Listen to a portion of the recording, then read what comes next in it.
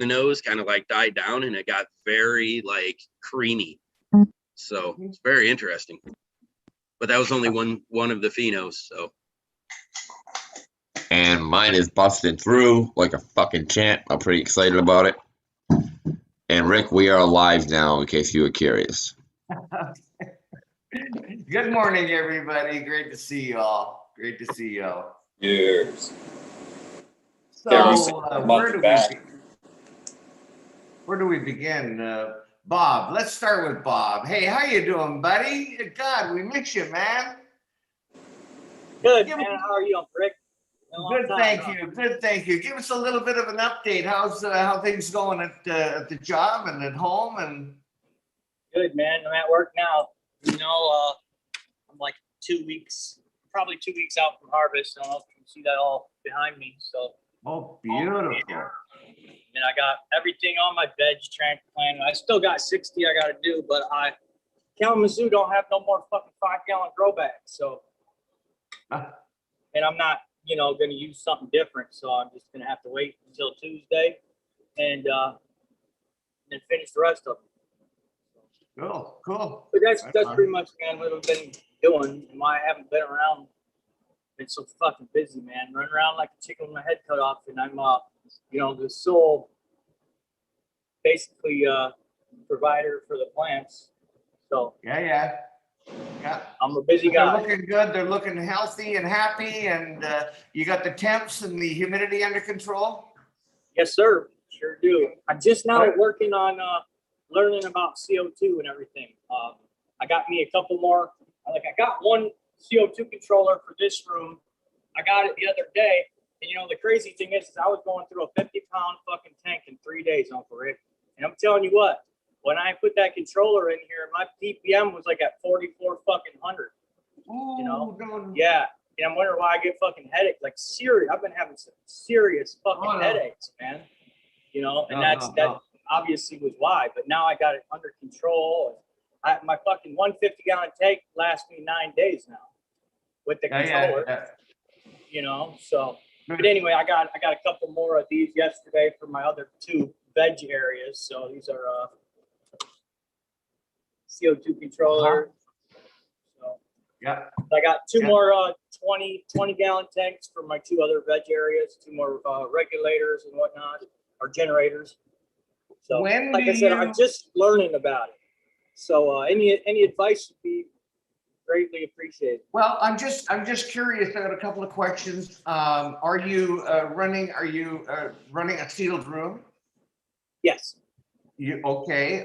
Except for my air conditioning, except for my AC, obviously my intake for my you know, for my AC, my intake. You know what I mean? Yeah, well, I don't know if that actually, like the way I can only speak for my, I've got a mini split, and no air actually transfers from inside to outside with my mini split. And I honestly don't know how your AC is set up, but normally the air comes in like from my room, it comes into the AC and then it's cooled off and goes right back out again, and then the air from the outside cools it off and pushes the hot air or something like that. I think that's probably right, because that's what mine does too. I got a unit right outside the corner of this building, you know, and that's what it takes it in from right there. But anyway, it is sealed. So yeah, to answer that question. Okay, and then what ranges do you like to run the CO2 in your room? Well, see, my buddy who works for a place, you know, corporation grow or whatever, corporate grow, they run it at 1,800, but I run mine like right at 14. Yeah. Between 12 and 14. Yeah, I can only tell you what I'm doing, and I usually start out in veg around 800, and by about 2 weeks before flower, I'd be up around 14, and then I'll run it back down to about 1,000. You drop it back down. You drop it back down towards the end. Just in the last couple of weeks, I don't know. It's just bro science. I really don't know. But I do know that one thing that if you're running CO2, that it would be wise to learn about VPD, vapor pressure deficit. And all you simply have to do, there's charts online, and you can run, you can get a chart there. And what it will do is tell you the optimal temperatures and relative humidity that you want to be running at each phase of growth. And then you simply, if you're dialed in for the temperature and dialed in for the humidity, then your CO2 will be used up in the plants optimally. So those are the things you want to look for. Caribou, let I know Indica in. I've definitely seen a hell of a difference when I added the CO2 back to the room. Like it was insane at the, I don't know if it's just coincidence and that's when they blew up, but I mean, they just fucking blew up, man, when I had, because I hadn't had CO2 for a long time, actually. I just added it like at fucking week, maybe 5, you know?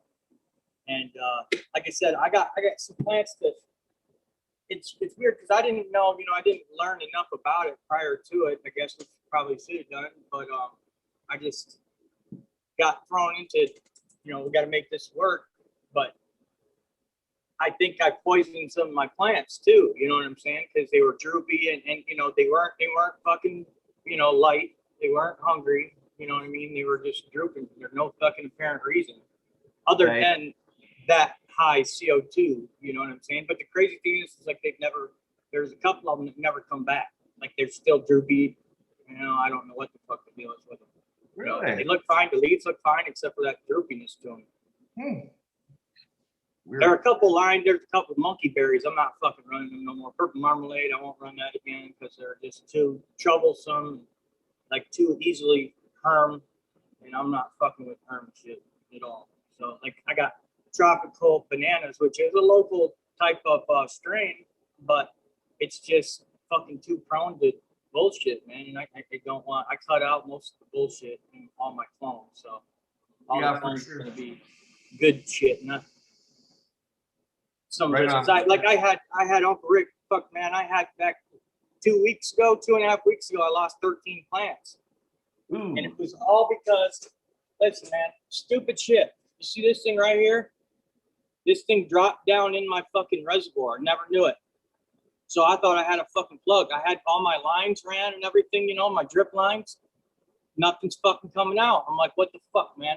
So I disconnected them. Fucking tore everything apart after I took a fucking week to put it all together, right? And then come to find out, I drained that because every time I only fill it up right now with like 60 gallons what I'm using because I don't have all that many plants in here. So I'm only using one reservoir and I clean it out every time. Well, when I emptied that son bitch out, I seen that fucker at the bottom and I was so fucking mad, dude. And then I'm like hitting this thing as hard as I can with a fucking broom handle trying to break it because the fucking hole's only this big at the top. I got to stand on the ladder and try to reach my little short ass arm in there as far as I can. That's not very far. But I finally got to some bitch. It wouldn't break. Would not fucking break, man. But it bounced up out of the hole from me hitting it, and I stuck the broom handle in it and grabbed it. But anyway, man, long story short, it made a fucking hell of a problem for me. A little stupid fucking mistake. It cost a lot of trouble, Oh, so, God. No, we got Hold on one second. Indica. Caribou. Let Indica into the room, man. He's been waiting. Seeing anything that says he's even there, man. He's on chat yelling at us. Cool. I saw him when I was entering the info to start the Zoom up. All right, then tell him to re-enter. Cool. But there's Prophet, nothing you gotta leave in the waiting room. You gotta leave Caribou alone in the hot tub. He'll get electrocuted. Any of that is hand over the controls to Rick. That was fun. Yeah. Yeah, like, 'cause I did flip it through here. I can't find anything that even shows me that he's even waiting. All right, Indica, come back into the room, you jackass. Yeah, try and leave and come back. Maybe it'll give me a blip that shows you there because I can't even find you, brother. I want to come to the hot tub. Yeah, man, it's fun over. Yeah, Are let's you have a hot tub. wearing drawers? Because if you're wearing drawers, I'm not even into it. you gotta be shitting me. You are in a fucking hot tub. Great long Yeah. swimming around here, fucking Prophet. Only donk swimming. All right. I only gotta tuck one. I only gotta tuck one nut, so it's not like it really pops out. Yeah, you it's know? not so bad. That makes it easy that way. It's Hey, Caribou, maybe I should jump in here and clean this up today because I filled it back up right now. there's he is. There, we found him. Got in Yeah, that's a there. good question, man. Mr. Rods wants to know where your other hand is, Caribou.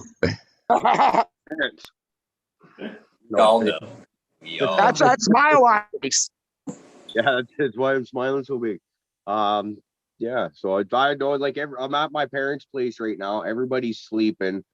And for me to come and I'm not allowed to just smoke dope anywhere I want in my parents' house. So I was like, well, I could go hang out in the car, and I was putting coffee on this morning. I kind of looking out the window. I was like, where's a fucking hot tub out there? That's warmer than sitting outside, not in a hot tub. So let's go have coffee in a hot tub and get fucking hell baked with the boys. And the ladies. Good morning, crazy pop mom a little bit, and I imagine painted ladies probably hanging around, and a few others. So good morning, ladies. I'm getting naked for you. Oh my God. Indica, I hope you're not getting an inferiority complex because these idiots that are in charge keep you come in, buddy. Good morning. Morning, guys. No, it's all right, man. I was there for a Morning, while. Indica. Morning, Cheers. guys. How we all doing? Cheers, everyone. Yeah, thanks for joining us all this morning, man. I'm here and fucking pumped to be here. And go hit that like button, guys, if you're enjoying us so far. And I hope you're ready for a kick-ass Sunday morning wake and bake with us, man. And thank you to all you in chat. You guys are the ones that make it happen for us every time we go live. So thank you, guys. Yeah, cheers, everyone. We should just let you talk from now on. You just make it sound better than anyone else. From that next show, that's all it is. We're all just gonna stand here quietly, and you got to do the whole fucking show.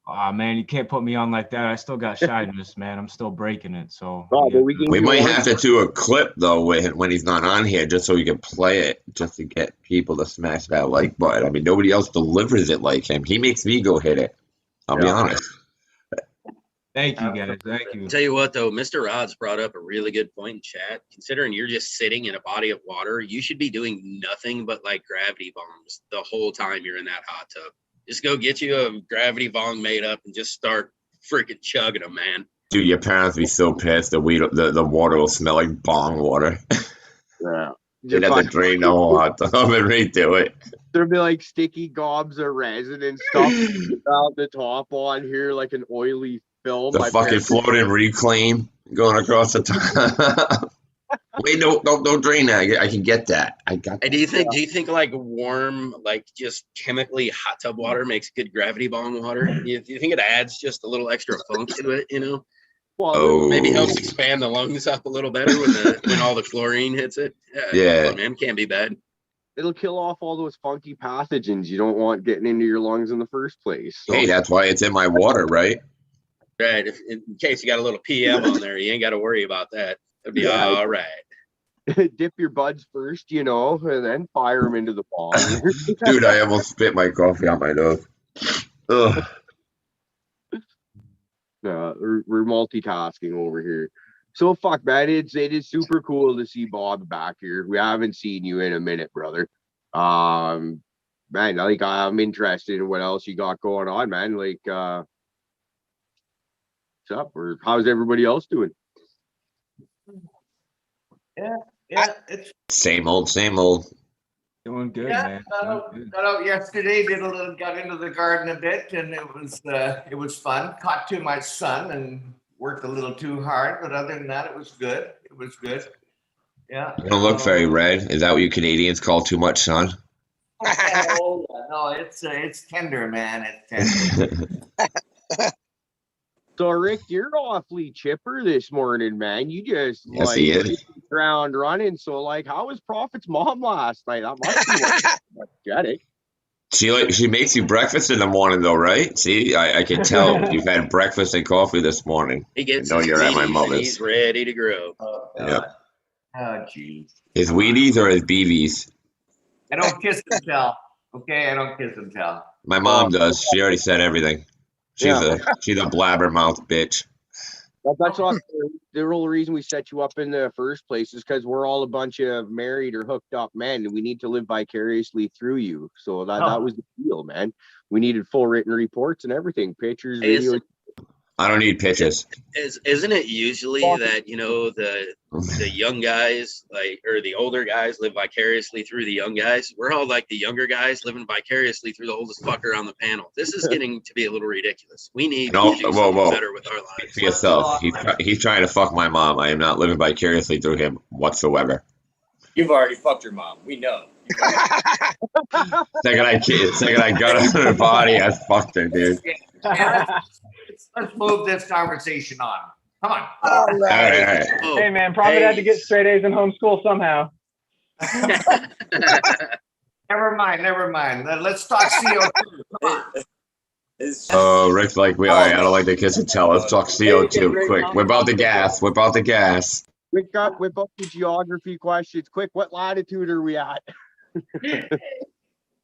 Well, you see, Prophet's mom's up here. They actually reached her pleasure spot. I had to go all the way down here. Thanks to Raider, I'm going to be building my own air conditioner today. I'm going to try that thing he showed us in the Discord chat at World with the box fan and copper tube and have cold water running through it and stuff like that. And try to circulate some cold water through it. That's cool. What are you going to do, Steve? I'm going to run some copper tubing around the All box Raiders fan. setup. Holy crap. Yeah, right? And then you just sit a submersible water pump in a bucket of ice water, runs through the copper tubing around the fan. Okay. And then it just so it blows that cool air. Yeah, You know, because it's just too fucking hot to that. try to dry this shit out right now, man. You know what I mean? And with the high I was humidity, thinking it's just of that. asking for problems. So I should have thought ahead, but Dude, I seen one. Listen, somebody took a fucking styrofoam cooler, you know, like one of them ones they ship, you know, steaks across the country. They cut a hole in like one part of it, cut another hole, like a intake and outtake, and then put a fucking fan in it, and then just put ice in it. You know what I'm saying? So it just fucking blows that cold ice air through it. You know, Yeah. put it right in your room. You know, I'll put that in right the in front of. tent. I'll put that right in front of the cool fan. There you go. Yep, Yeah, I like a got the- I small got the one, take window. up space. But I was seriously considering it because I had heat issues at one time. But I found a couple fucking them, like I don't know what they are. You know, the mobile air conditioners, whatever, the ones that you can wheel around. I got a couple of them on the side of the road. They work fucking great. They're like brand new, man. Somebody was just fucking throwing them out. I took them and they work great, man. I tell you what, it keeps my fucking tent and my Somebody bedroom just got a cool as hell shipment, now. and Bob was like, "Ooh, look at that! They're throwing those away." He just pirated somebody on fucking accident. You know he did. Come on, Bob, don't fucking lie. Don't tell, man. DP, are you said that you want to set this up in your drying room, the drying area for? Yeah, I just need to set up yeah, and that is just fucking hot in here too. It'd be nice. Oh, to you're cool it trying to down get some for moisture. me too, but I care So more you're about. trying to get moisture? What's that? You were trying to get moisture? No, I'm just trying to get a cooler. It's just real fucking hot. Okay. Yeah. Sorry, I didn't mean to interrupt you. Go ahead. No, it's all good. So yeah, so you're concerned about it drying too fast. Yeah. I'll definitely invest in getting the tent for a little climate control. Yeah, it's a little, I would imagine it's a little tricky because you want it to slow down, but on the other hand, you don't want to build up too much humidity because then you're going to be worried about bud rot. Yeah. But that's the thing I was going to Stick 'em in a actually ask paper you bag? about, because Yeah. I'm going to be harvesting on a larger scale, so I don't know like how the fuck to be. Like I'm really nervous about drying and how, you know, like that window, man. You know, and me being one person, that's why I need that trimmer to get it all done, you know, in that window. You know what I'm saying? Without it drying out, because I had my autos and shit. It was like they went one day too long and then they turned to fucking dust. Yeah. Not shitting you. So, you know, and I want to have like the room controlled and all that shit like you're talking about. But what are the ideal, what's the ideal humidity to keep like when you're drying. I've heard to like start at like 65 and then bring it down to like 50. Depends on the temperature too, though.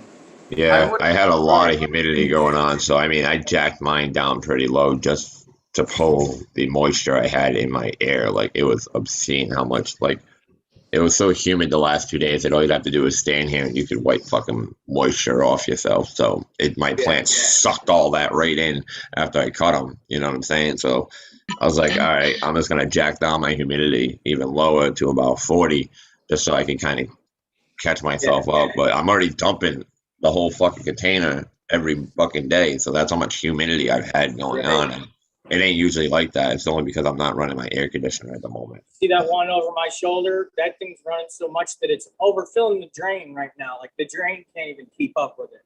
You got it, yeah. So I had to dump one into a tub. I had a hose connection that I screwed into the back, and then I cut it like a regular garden hose.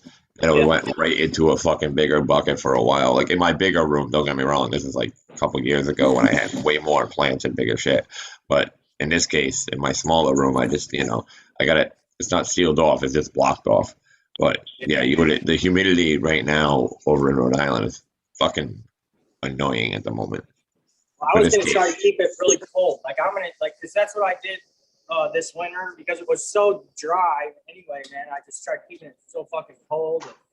But like here, that's what I'm going to try to do. I'm just going to try to keep it really fucking cold and dark. You know what I'm saying? So I don't think it shouldn't be a problem. As long as it's dark in here, I can keep it pretty fucking cool. But like right now, I got my AC. I got a big, fucking ton-and-a-half AC unit for this building. And I got it set at like 68. It's still at 90 degrees in here. But no, I'm sorry, it's at 81 now. But I also got I got a little AC also supplementing, more cool because I need it. But I'm not trying to keep it too cool, during my lifetime because from what I understand, you need that for CO2. You kind of want it warmer.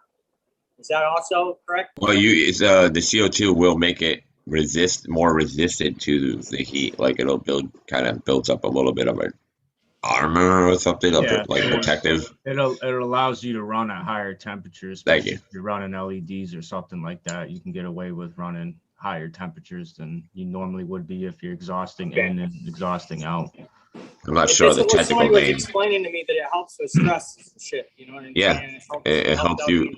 Yeah, it'd be like giving you 100% oxygen instead of you getting high. You would obviously feel better at everything else. Like they got these things for sports. People in sports, when they injure themselves, they put them in these certain chambers. Helps them heal quicker. It's kind of the same process. Like only you're bombarding it with what the plant breathes and needs. You know what I'm saying? I could see it. I could see it in the plant, like the next fucking morning, bro. I could see it. And I was kind of upset that I wasn't doing it all along. But, that was the whole thing is we thought, I was trying to go by the little fucking bubble on there and shit and then not having the knowledge. And it was already there when we got there. So, it's trying to use what we had. And like I said, going through that every 3 days, we didn't really want to spend the $30 every 3 days. Because that's, but now, every 9-10 days, that's awesome, honestly, especially for the results that I'm getting out of it. Now, when I look over your right shoulder there, Bob, you have a humidifier running as well. Yeah. Yep. Okay, I think it's a 155. No. Over your right shoulder, I can see like steam rising or what? No, that's just the light. I'm sorry, it's a fan. Yeah. Oh yeah, okay. That's what it is. It's a fan. Oh, I see it now. Okay. Yeah, it sure looks like steam, though. It sure looks like steam. It was my vision. Yeah. So at this stage of flower, I'd want the humidity to be in the maybe 45 to 50% range right now, and also you want to. The room temperature is one thing, but what you really want to know and dial in is your leaf surface temperature. Have you got one of those little laser temperatures? Oh no, but I can go get one at Menards. They're like $20 there. They're pretty cheap. So then what do? I just go through and kind of check the leaves, and then what? check the temperature of the leaf, okay? And depending on the circumstances, somebody with more knowledge than me could probably help you. But I like to see my leaf temperature around in the high 70s, low 80s top. But Yeah, I think to go with you, Uncle Rick, from when I've done my research of what I've come across and stuck by is I don't like to go over 82 degrees on my leaf, top of leaf. That's like, for me, that with my climate, my conditions, myself, that's like way beyond. I like to stay 79, 78, 80-ish right there. And notice is usually perfect. But yeah, that might be why I got some curling on something. I got my life all the way up too, as high as it can go. But they're, some of them are 1,000 watt, but we're like I was saying earlier, we're phasing out those, and we're gonna start getting like one of the Grower's Choice every week, one a week, because they're fucking $1,000. So, one at a time. But we're gonna have them. But I'm telling you what, these cheap 6-bar Samsung LED, but they got the cheaper driver, is fucking killing it, man, compared to the 1,000 watt double-ended. I'm telling you, man, it is fucking killing. And he sees it, so that's why he's gonna spend the money. So, and them are the cheaper ones. You know what I'm saying? Them are the $600 LEDs. So. Yeah. I've always thought that I'm paying way too much for my CO2, and you just confirm. I was running the 50, 45 or 50 pound tanks, but they're just so fucking heavy for this old bugger to be hauling around. So, but I was paying for refill, just for the refill, I was paying $120. Jesus. Yeah, I only paid 30. But yeah, well, and so now I went to the 20 pound because it's just a lot easier to handle. Like I could throw that in the back of my truck, no guys problem. at the grocery store laugh at me because I'm the only guy that brings a dolly with me. I'm smart enough to bring a dolly because I'm not trying to carry that motherfucker back to the truck. No, you need one. You got to learn how to roll them, bro. Ain't you ever seen them guys? Oh, I do that. I roll them too, but I ain't trying to do that as far as I got to roll it. I still don't have reverse, so I need this harvest to go good so I can fucking get a transmission or get a new fucking truck, really. But yeah. Just smack the head off of it with a hammer. That thing will go wherever you want without even having to carry it. Just aim it towards your house. That's for sure. That's for sure. That's fucking great. And again, welcome. Hey, it looks like Caribou's got some fucking rabbit ears. Look at that. Oh, it does. That's great. That's awesome. Oh, Bob, that's fucking hilarious, man. That's so great. Yeah, Hey, make sure you keep them at water level, buddy. Make sure you keep them at water level. I don't think anybody could see me without me doing the talking right now, but it won't. Doesn't seem to want to bring me up on the screen, at least as far as I can see on mine. We'll see. You're on your phone, right? Yeah, just doing the talker view. I can't tell if we're all gallery view or whatever, how it's looking on YouTube. I have no idea, but yeah, that's fucking hilarious. Those are snowshoes in behind me in case anyone. Yeah, I see that. Up here, we use those. Yeah, things. you have it on Talking View actually on YouTube. You're on Talking View. Yeah. Does anybody else had problem like uploading shit on Cannabuzz? Are you directly are you hitting the thing and then trying to film and directly upload it? Because every time I've taken a picture or done a film and tried to upload it, it's been frozen in the fucking void and slowing my phone down for the last few months. So if I gotta record something that's gonna be kind of long, I live stream, and then when it's done, I go in and type in the info about it and shit on the edit in my profile pic, where you can go to your profile and you can do that. That's the best way to do it. And pictures. Don't direct snap and post, man, and it'll get stuck in the ether. Like I said, your phone will just keep lagging, dude. I take a picture and then I pull it out of my gallery and do it. Yeah, no, if you try to go direct, dude, it mess my phone right up. For the first time, the last 2 days it finally worked, but that's how I'm doing it, bro. Is take pulling it from my gallery because, like you said, the other way won't fucking work. Yep, and if I got to do a video longer than 30 seconds, I just live stream it.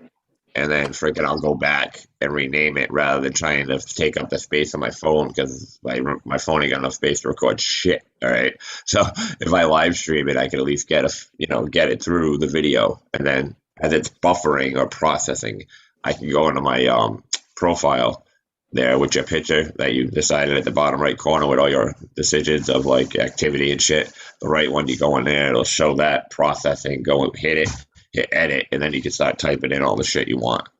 And then save, and it'll continue to process with the words. Yeah, it took me a little bit of trial and error to figure it out. I never had a fucking issue until this year, like the last, I don't know, probably 3 weeks. Really. I've had an issue for 2 months. My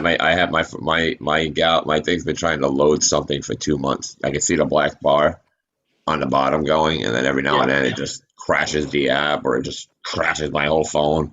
And I'm like, okay. Do you use finally got a video Android? to load the other Do you day. use Android or Apple product? Android. Okay. See, I know I mean, they my said they phone's did kind of upgrade. old. I'm probably 2 updates behind of like anything that I should really load. But I mean, Look at my yeah. Android, bro. Look at my fucking old ass Android. So I don't know. I got old ones too. I use my iPad for Canvas shit. But what's crazy is it doesn't even fit in the fucking screen anyway. Like it's just Weird. it's not formatted for the fucking the iPad to fit the screen, I guess. Yeah. And then it just, like I said, the shitty uploading process. But luckily, I got to fucking upload a couple things because I've been wanting to show my shit off. This is like the fucking coolest time to show it off. I haven't been able to, so it pissed me off. But what's up, Johnny? Man, how's Johnny doing? Good. Just sitting here watching these women praying outside. They look beautiful. Yeah, man. Closing up my room for the summer. I'm kind of nervous about that, but it needs to be done. I need to get it upgraded and dialed in a little bit better. Fuck, your ass come a long fucking way too, man. Johnny was like where I was at, so he fucking come a long ass way too, bro. Fuck, everything I come a long way, shit. Everything I used to pop, I used to have to throw away. Now I got containers waiting to go to places. Fucking awesome. Hell yeah, man. That's awesome. I remember, when I met you, Sticky Bob, man, you're fucking, dude, hats off to you, Sweet Johnny, man. All of us, but for myself, the main two, Sweet Johnny, I know I met him before anybody really. And then I think you, Sticky Bob, and it's just, man. Huge shout out to Cannabuzz, man. Thank you for all you guys do. So that's why I'm still here, man. I mean, I love Cannabuzz because of all that. I've had so many good, positive things come out of Cannabuzz, in my life, especially in this last year. So, and then we got a kick-ass show, man. Thanks to Caribou and putting us all together, man. So big hat off to Caribou too, man. For absolutely, now we got a family, man, and it's fucking awesome, man. So. Right. It's amazing what this plant does, man. It really is. Yeah, absolutely, man. Damn right. Yeah. Look at fucking Steve's tents, man. So I got into a little bit of outdoor gardening yesterday, guys. It's funny when I had to make the mass exodus with my genetics from my last living situation. There was a couple solo cups that I had brought that were kind of like an afterthought that like, oh, they're just in a solo cup. I can fit that into the truck kind of thing, right? And we're sitting out in the yard, and my old man, he brings out this fucking 4-foot plant, and I'm like, what the fuck? And it's a dynamite, and what it actually is the ex-wife's solo cup challenge submission. And it even has the sticker that was labeled to the solo cup. My dad cut it off and put that on the pot plant, or the pot that he transplanted it to. And so I put that outside yesterday in their yard. And then also there's a purple Romulan that was also in a solo cup. Also about 4 feet tall. And we put that in the greenhouse.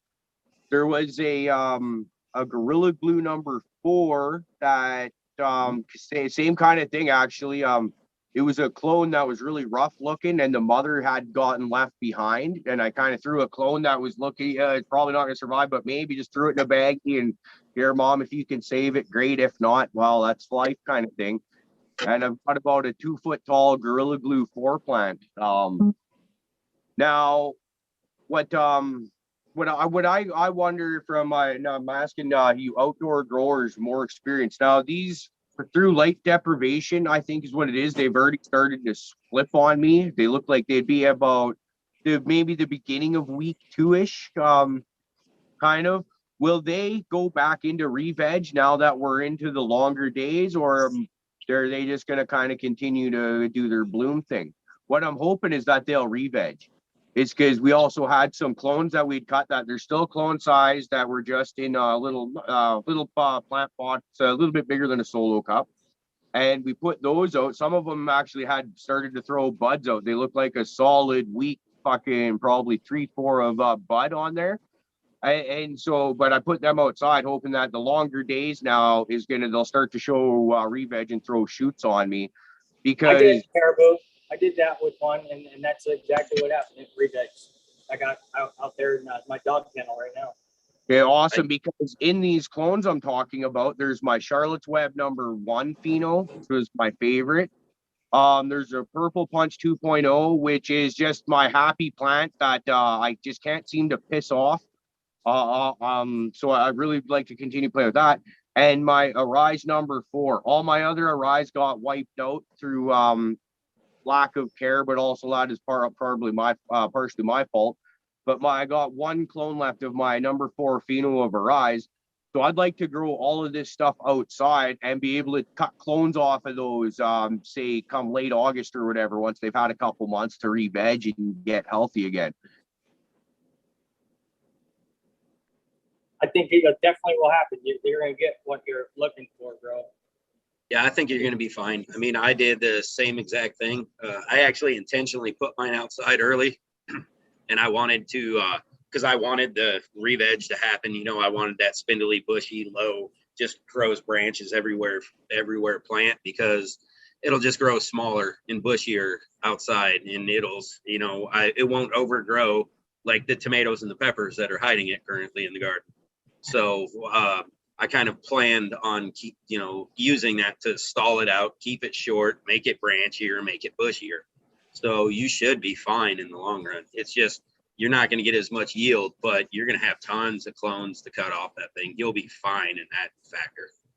Yeah, that's for me. It's and also for my parents thing, like if they can get a smokable product off it, that's fine. But they're not big consumers of cannabis. My dad's an old school hippie, but he he doesn't smoke like he used to, and you just so like two good plants from them in a year will keep my parents good for a year. So what I'm getting at is these could very well just end up being more ornamental than anything, which is fine, because let's face it, cannabis is a beautiful plant, no matter what the growth it's in.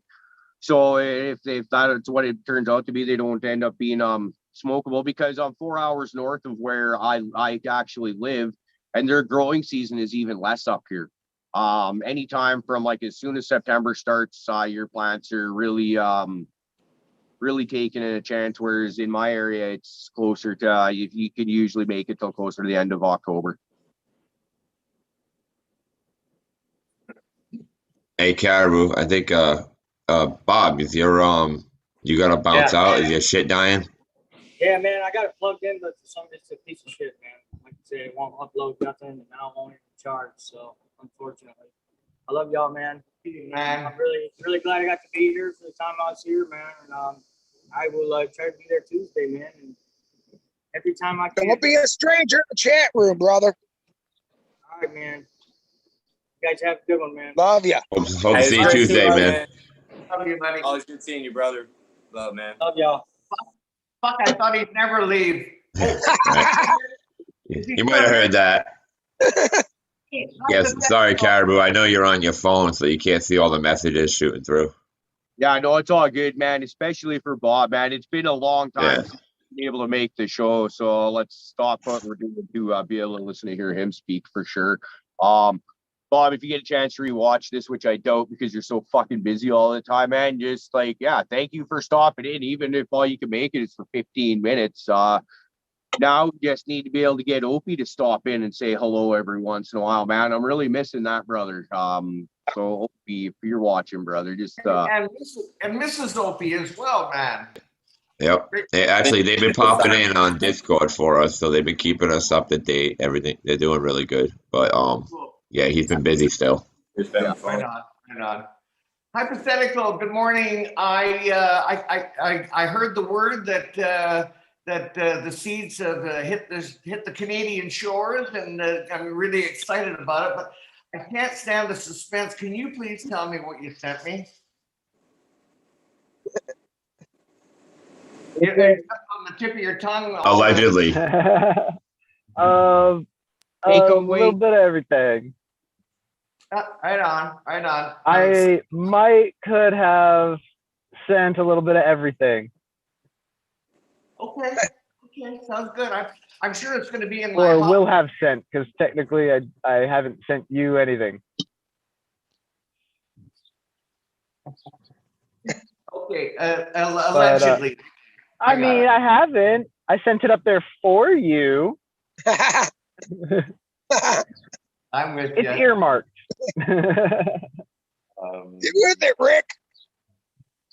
That But they're in Canada, but not at a final destination yet. they'll be here soon. Again, I'm very up on the tracking. right on. Again, welcome Hopefully. everybody in chat. We're 37 strong right now, and I want to send a shout out to John. And John, I hope I'm not going to butcher your last name. Pekin, John. And I just wanted to say that I was going through Friday's episode, rewatching it, and by the way, what a fucking fantastic show on Friday. You know, I thought that episode when I wasn't even here and everybody just had a great time commenting on an empty square. I thought that was a pretty good show. And then shortly after that, we have DP being tied up. And I thought, wow, that really tops it. And then we've got Prophet's mom. And I think, well, Jesus, we just can't be doing any better. And then Friday came along and holy shit, what a great show. Anyway, back to John. On Friday, he did ask a question. And of course, I didn't pick it up because I'm not capable of doing more than one thing at a time. But I had mentioned that I was considering changing my nutrients. And John asked what nutrients I was considering. And basically what I was looking at, and I'd appreciate some feedback, is I was looking at switching from liquid to powder for a couple of reasons. One, that I guess, like generally speaking, they're cheaper because you're not paying for water to be transported around the country. And two, and this doesn't make a lot of sense to me, but I'm not going to argue with it, is that apparently it is more soluble. Powders are more soluble than in the liquid form, which doesn't make a lot of sense to me. But I've got this advice from a grower that I really respect, and so that's why I was considering it. And I'd appreciate any feedback on that.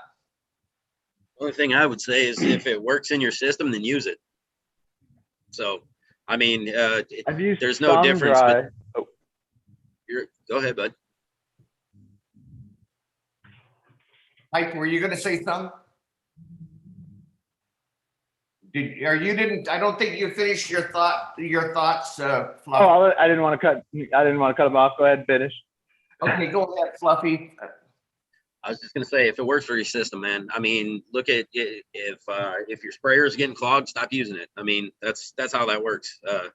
I would obviously use the powder just to save money because, like you said, it's just cheaper that way, and you have a little more control over what you're feeding your plants. You can up it, you can cut it back a little bit. You can make it a little. It's a little easier to adjust what you're feeding your plants that way.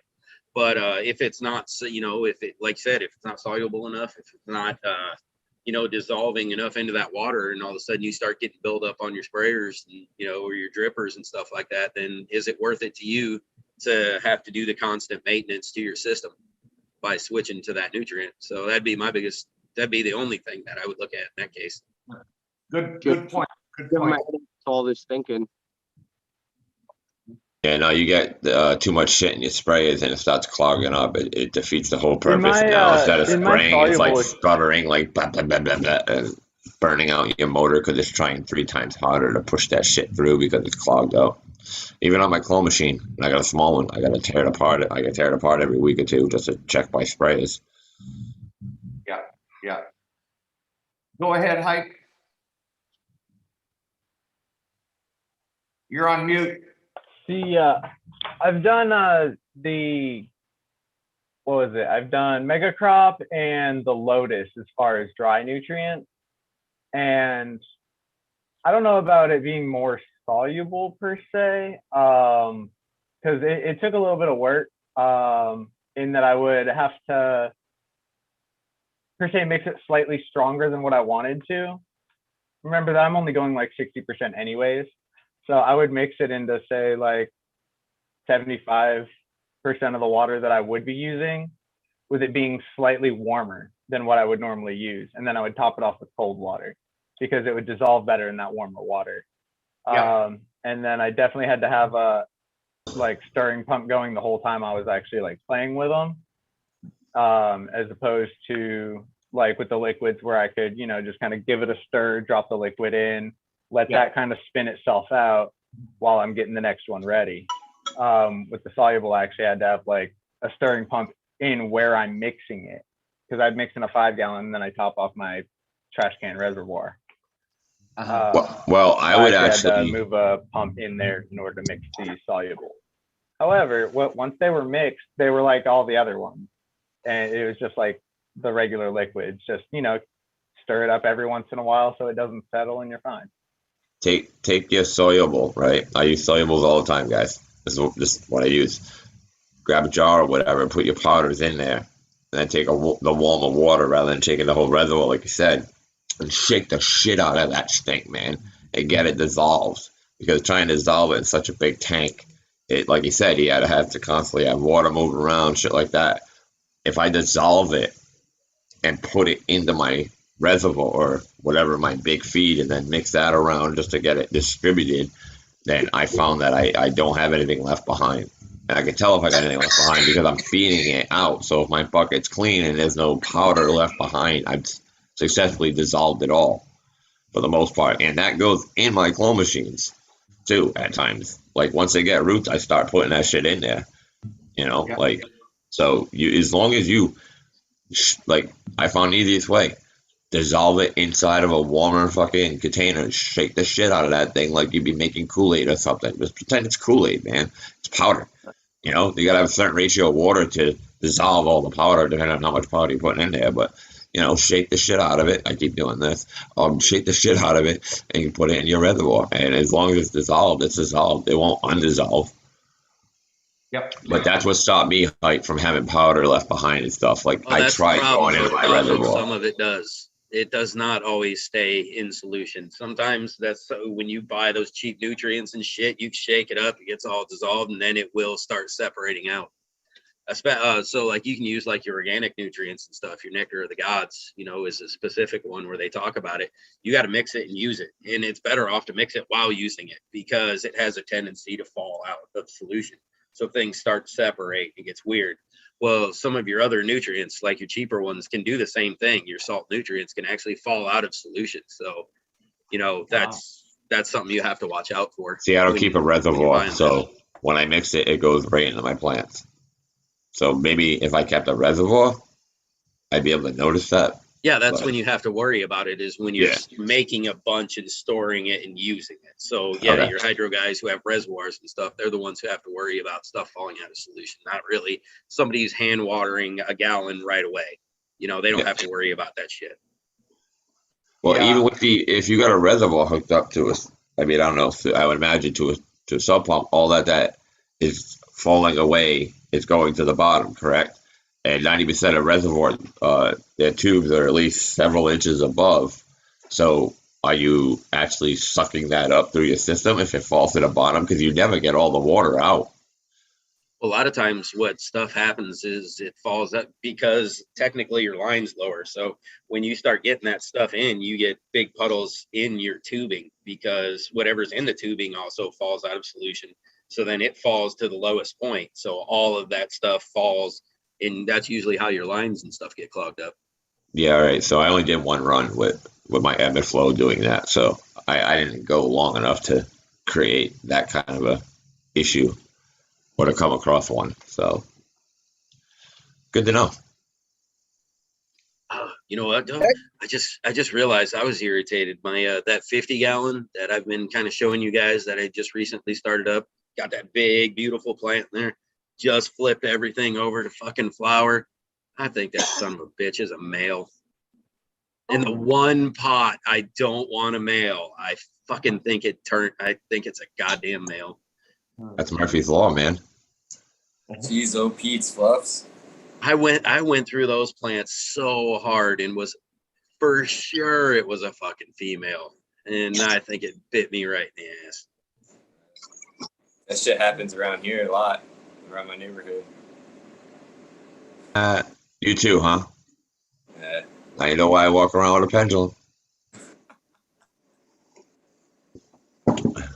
Hey, hi. Cheers. How was your smoke sesh yesterday? Raider about to do that. It was great. We kicked it, smoked a little bit. I saw his growing setup, of course, and yeah, I got jealous.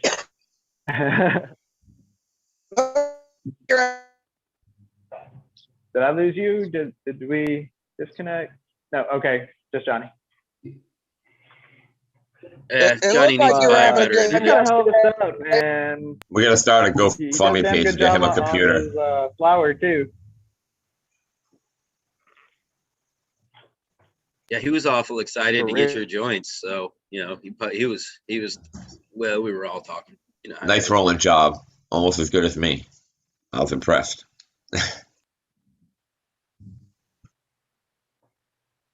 I appreciate it. My roller does a pretty damn good job. Wait, that was a Funny machine? is- The raw roller does it. Oh, dude, I do my hand. And I'll still pick it on it. Oh yeah, I machine roll all of them. I roll too many joints and arthritis and stuff. It's an art now. It's part of the ritual. No, I roll too many to be. Shit's too sitting there. muscle It's like memory. First thing in the morning, and I roll 3, and I'm like, That's I get if it. that's the I case. handle Why don't you the get one of years. those electric son of bitches that just like it'll roll out a whole I still freaking hand roll every pack once in of- a while just to stay in practice. But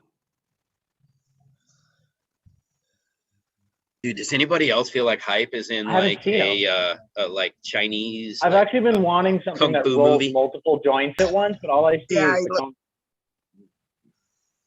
Dude, it's so great. It's like I know he's about to start talking because I saw him talking like 30 seconds ago, and then Yeah. I get to hear it. I'm like, oh, wait for it. Here it comes. It's awesome. You are dubbed like Kung Fu movie today. It's great. Am I lagging? You're working. That's It's just funny that as you're hell. the voice and you I don't know moving why, are I'm totally sorry. not in sync.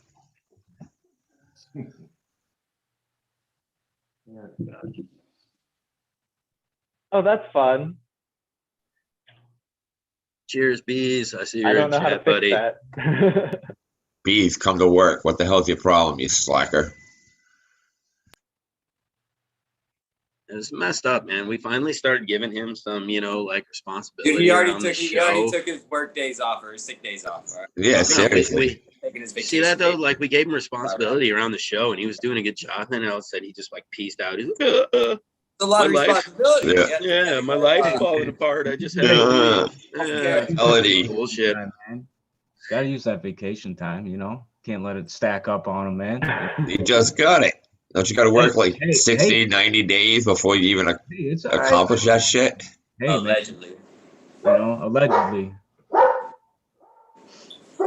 Nah, Bees, we love you.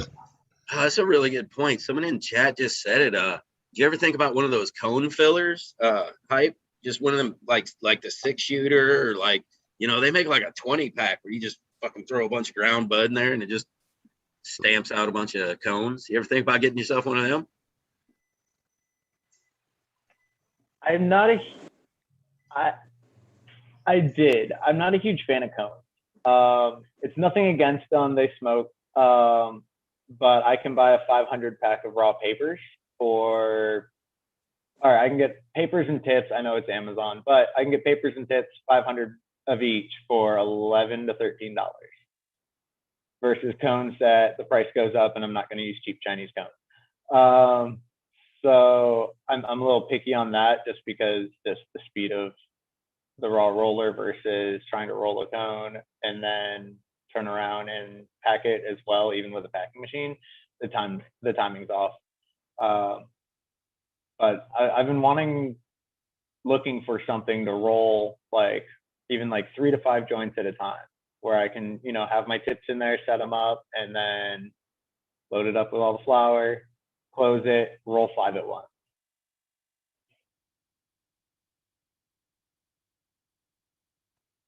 See, I It's always a can't. hand roll. I I can't haven't tried your pre-roll, like dude. ones, If I but, pre-roll, I know I'll I've smoke them too seen quick. some of the ones from like the tobacco use shops and stuff.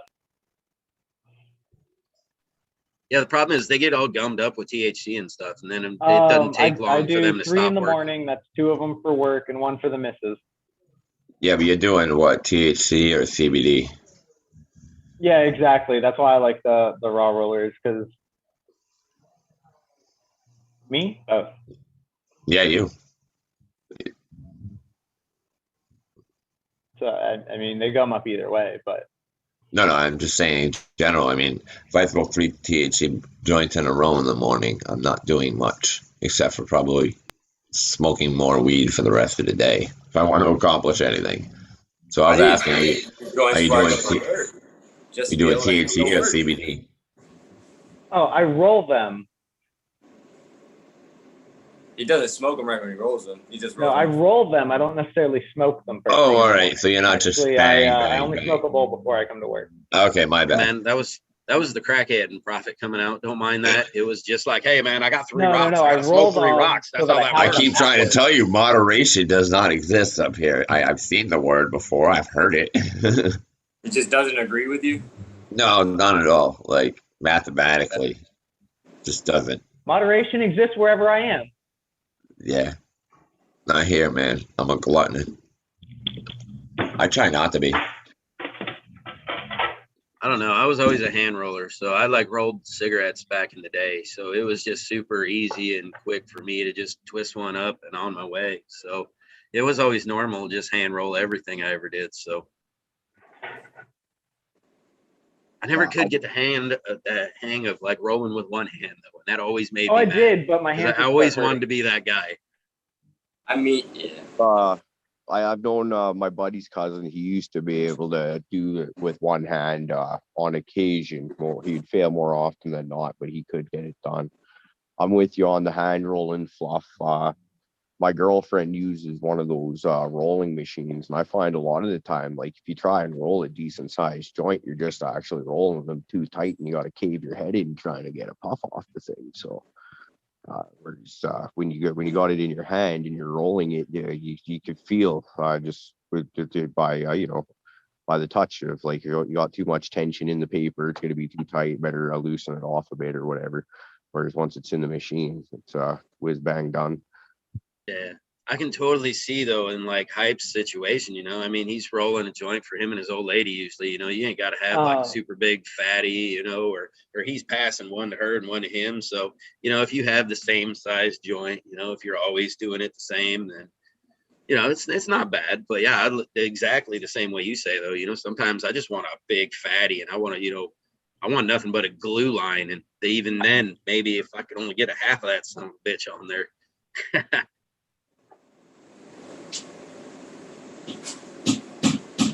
Yeah, there's nothing like So rolling what up I've got a for nice that 3 is grammer. I went out and I got and I know I'm gonna plug Raw again, but I really like the rollers.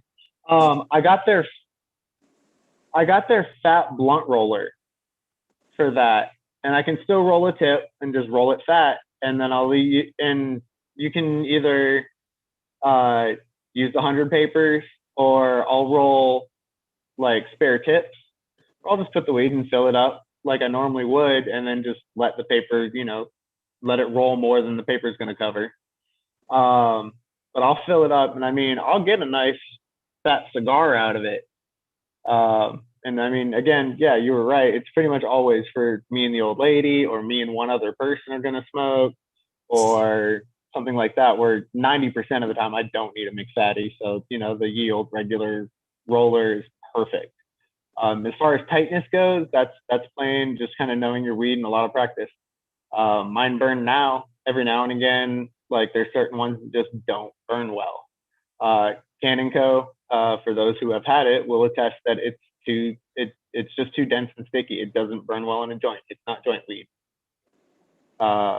Whereas, your kind of fluffier stuff will always burn well. So if I want to smoke Can & Co in a joint, I cut it with something. And I'll use one of my drier, airier things in with it so that it'll burn in the joint.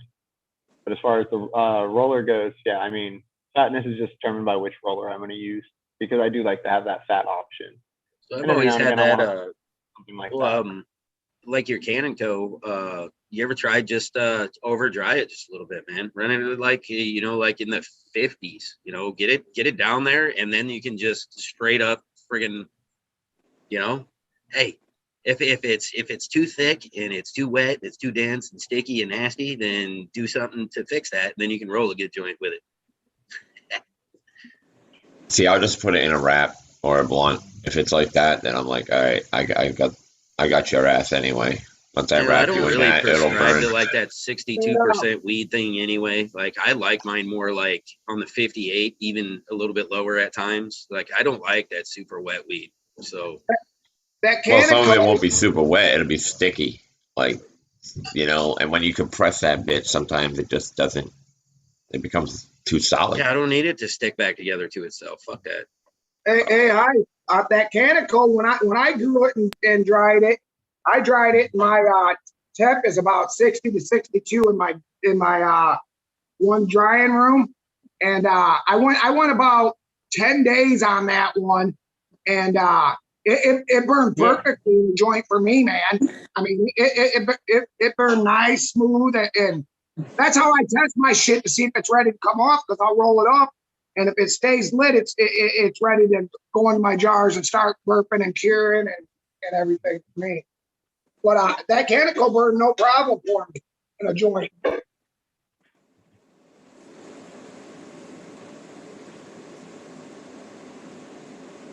I stand corrected. In my terroir, the Can & Co never burns in a joint for me. Oh man, well, hey, that's the way it should be, right? You should be the guy who grows it so fucking badass that it doesn't. It's just a grease slick, man.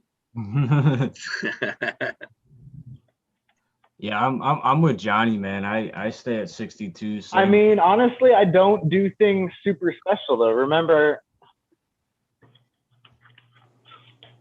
Paper bag it, right? I try to keep around 62 myself. I keep the Bovedas in there though. 58 is for my long term.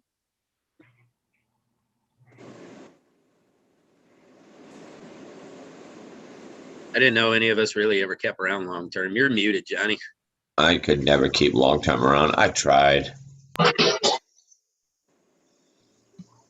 suppose that's not really true. Actually, I've got one jar of this old Kush that I've had for about a year, because Nice. I forgot it in the back of my, actually a year and a half, but yeah, I forgot it in the back of my freezer. It was behind a bunch of other jars. That was a good day when I found that shit, man. It's cured, it's delicious, it's super smooth, man. Nice. I suggest long term if you can do it, man. Those long cures fucking badass. Oh, I had them before when I was harvesting way more, but now that I cut down my grow and everything, it's kind of like I'm happy if I make it to my next one without having to buy anything. I'm pretty happy. That's a win in my book, as far as I'm concerned. Fluffy, Like I said, you store your cannabis in the freezer? I don't have a lot, so what I'll do is I'll take like a gram or two out of each jar. yeah, don't get me wrong. I got my occasional like smaller jars out at the harvest that I stash away, and eventually I'll find it again one day. But I got a few floating around the house. I can't wait. It's gonna be great.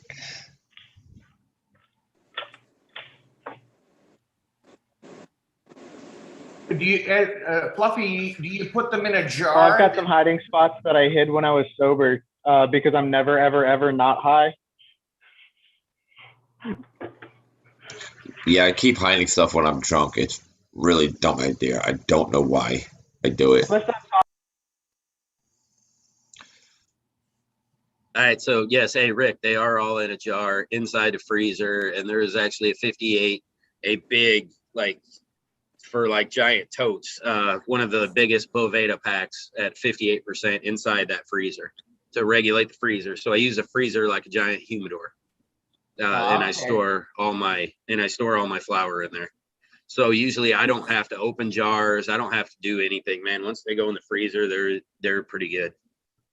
Oh, okay. And no, this is not a plugged-in freezer. It is not running. This is just a box. It's just the freezer. It's not plugged in or anything. Because people have asked me that before. That was gonna be one of my questions. I do not freeze it. Okay, I'm sorry. I'm sorry. I got mixed up there. This guy's bragging. I got a freezer that I dry my weed in. It's like, all right, dude. Shit, I got stored in there too. It's like, damn, dude. I'm talking about like a cupboard. You're like, I got a freezer. Dick. Oh, yeah. There we go. Hey, man, it's that. You know what? I can't say that I quite monocropped like Rick likes to do. I usually ran 2 strains, but each strain was in a tent. The way I used to do it so I used to like per run, I'd get a pound per tent, and I'd get that out. It's monocrop, so jars just started adding up. You can only smoke so much by yourself, and I don't have any friends, so until I started meeting you guys, I never ran out of weed. Yeah, that was your first mistake meeting us. I won't be your last, though. Yeah, man, to spread across the panel, it takes a little bit. I realized that. I was like, yeah. That's how we're trying to teach you to grow more. Yeah. Get better yields. That's the biggest thing. We're all here to help each other grow better shit, because you know what? When it ends up in my hands, I don't want to be smoking some small shit. I want good stuff. I gotta spread out some of that devil's lettuce to you guys. I know you keep talking about this. I need to figure this out.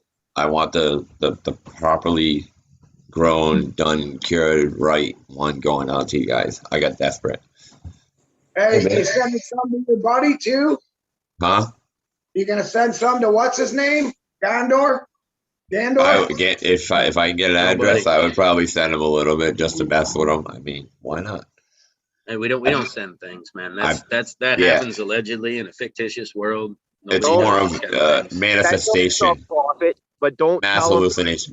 Just be like, this is Sky Rizzy or whatever the hell you call it. And then after he's tried it, he's like, wow, that was bomb shit, man. And then, or like how he says it. And then be like, yeah, that was headband. And then just be like, he'll be like, motherfucker, you got me. You know he's gonna watch this and hit me up later, right? He'll be like, probably not the door. And he'll start shaking like he's having an exorcism or something like that. I don't know. I all sorts of fun shit goes through my head. I'm down. Yeah, I think it'd be great. So, can I talk for a bit here? Never. Never. Why do you think we would like? We gotta vote for this. We gotta vote this shit. You think it's your show or something? Well, no, I like to think of it as our show personally, but anyway, so I've been unable to garden, and I've been out here at my parents' place as I was just talking, but I'm outside hanging now. So this is a Chem 91 clone that was rescued. That it was just kind of okay. I'll take it because it's in a solo cup, and if anything comes of it, it'll be great. Kind of like the purple Romulan and the dynamite I was talking about earlier. Now, as you can see, it's gone into bloom, and I'm really hoping like hell that this is going to, like I said, start to re-veg and throw shoots. I'm not too concerned with it if not, but fuck, it feels good to be able to play with plants again. Now Yeah. we'll go for a little journey here back into the greenhouse.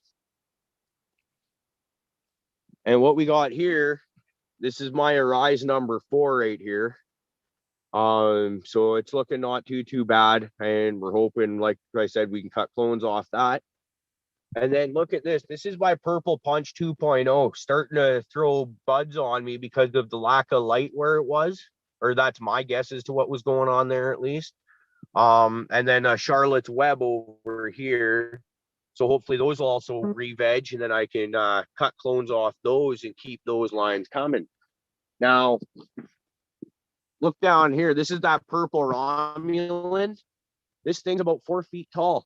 This was about a foot tall in a solo cup, and I had pretty much forgotten about it, just to tell you the truth, because it wasn't my Arise, Purple Punch, or Charlotte's Web. Or Freak Show. Those were the ones that I was concentrating on. And then, like I said, my dad comes out with this yesterday, and I'm like, son of a bitch. So it's 4 feet tall and looks like it's in about a 2-gallon pot. So it needs a new home, but I was worried about shocking it. It spent its whole life inside. I didn't want to bring it outside because it hasn't been hardened off yet. So it's chilling in the greenhouse, and we're going to plant it directly in the dirt here sometime soon. Come back around the flower table here. And this is that Gorilla Glue number 4. Now, this is Gorilla Glue number 4 from Canuck Seeds up here in Canada.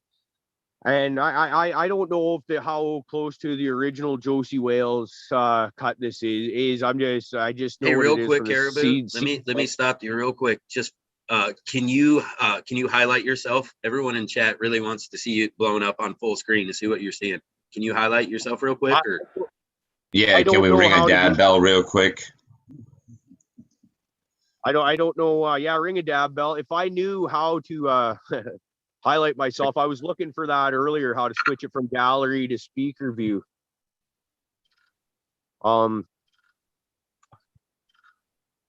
See, is it in the settings? Yeah, I'm not able to. I don't know how to do that from my phone. You did it. You fixed it because before you had it that way, and then now you have us all up.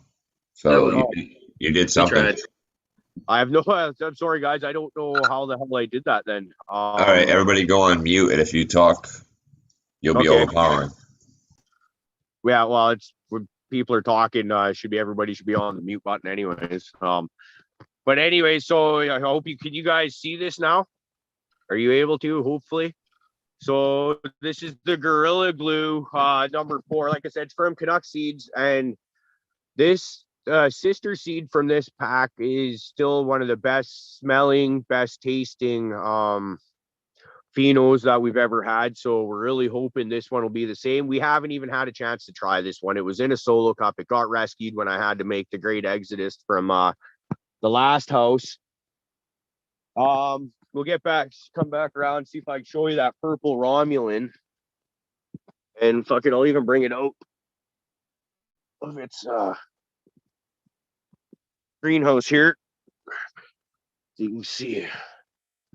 So there it is up against the greenhouse. You can see, it's probably a 5-foot door.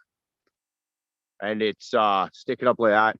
But she's looking fairly healthy. She's starting to throw a little bit of hairs out there. Like I said, she's starting to bloom herself, but hopefully she'll re-veg. So see, that's how that works. And then over here, this is okay, so that's a solo cup challenge entry right there. Thrown in here. Check this out. Right? Oh, there it is, like that. So this was in a solo cup challenge. I made the great exodus, and okay, the solo cup challenge was kind of not going to happen. So my old man pulls this one out, and once again, it's like a 4-foot plant. See what happens. This is going to be great stuff. So this is what I've been doing the last all day yesterday, all day today, playing around. You see that travel trailer back there? There's a black bear with her 2 cubs living about probably 200-300 yards past that. That's but I feel like it wouldn't be much of a show if you don't go try to hug one of them. Okay, let's go look. Hug it. Oh, What's he I still hugging? want to see a bear. Yeah, we could do that.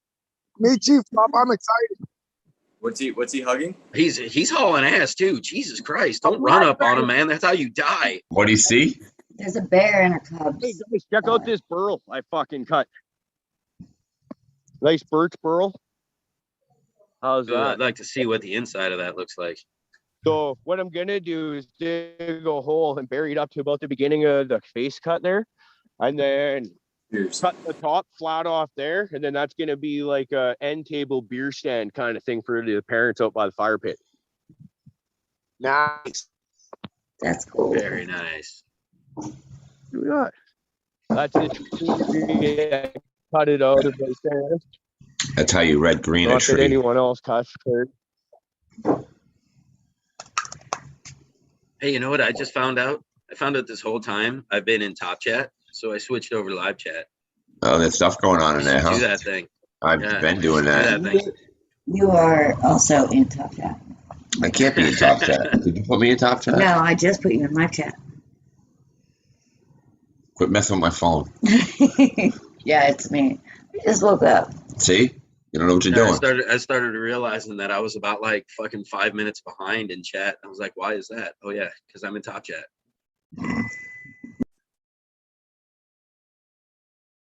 I'm with you. Oh no, motherfucker. did Caribou freeze up? Let's infuse some honey and give it to the bears. Hey, we're Yeah. getting. He's gonna get We're mauled getting- by a bear and we're gonna fucking miss it. I know, Oh, right? oh, This ain't gonna no, be we're a not- thing. Oh, he went black. Oh, He he's went done. black. He's We're dead. gonna see this shit on one of them fucked up Oh. ass. fuck.